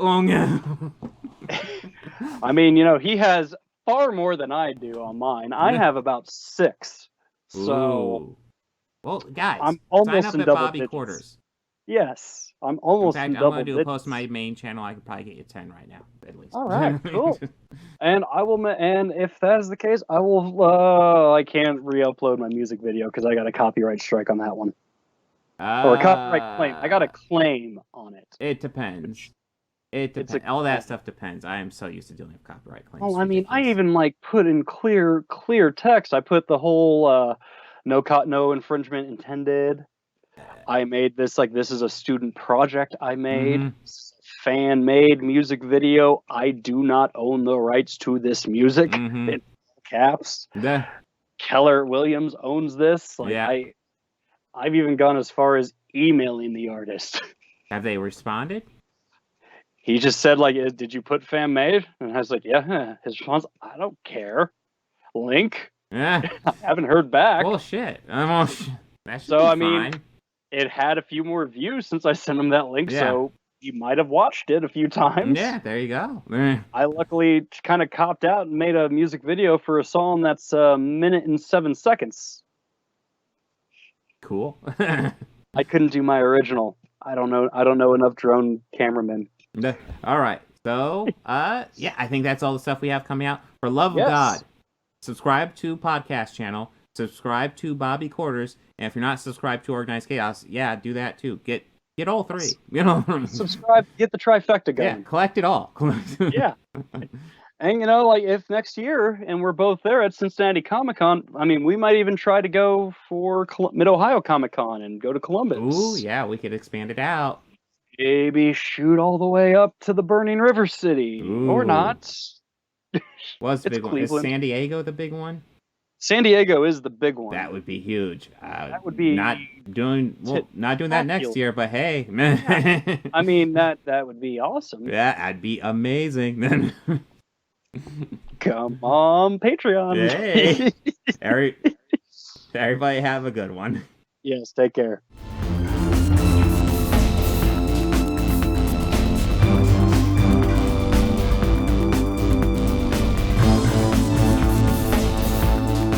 I want to go ahead and add some audio credits at the end here. The theme music you're hearing at the beginning and end of this podcast was written and performed by George Johnson, a very good friend of mine. And my current Patreons are Fel Martins, David Lara, and Lindsay Pankhurst. If you'd like to become a patron, go ahead and follow the link down below. Anything you can provide would be incredibly helpful to this channel. We're barely limping by right now. I'd love to make this my full-time job. I'm miles away from that right now. So any help you could provide, just $1 a month would be amazing. You know you want to. All your friends are doing it.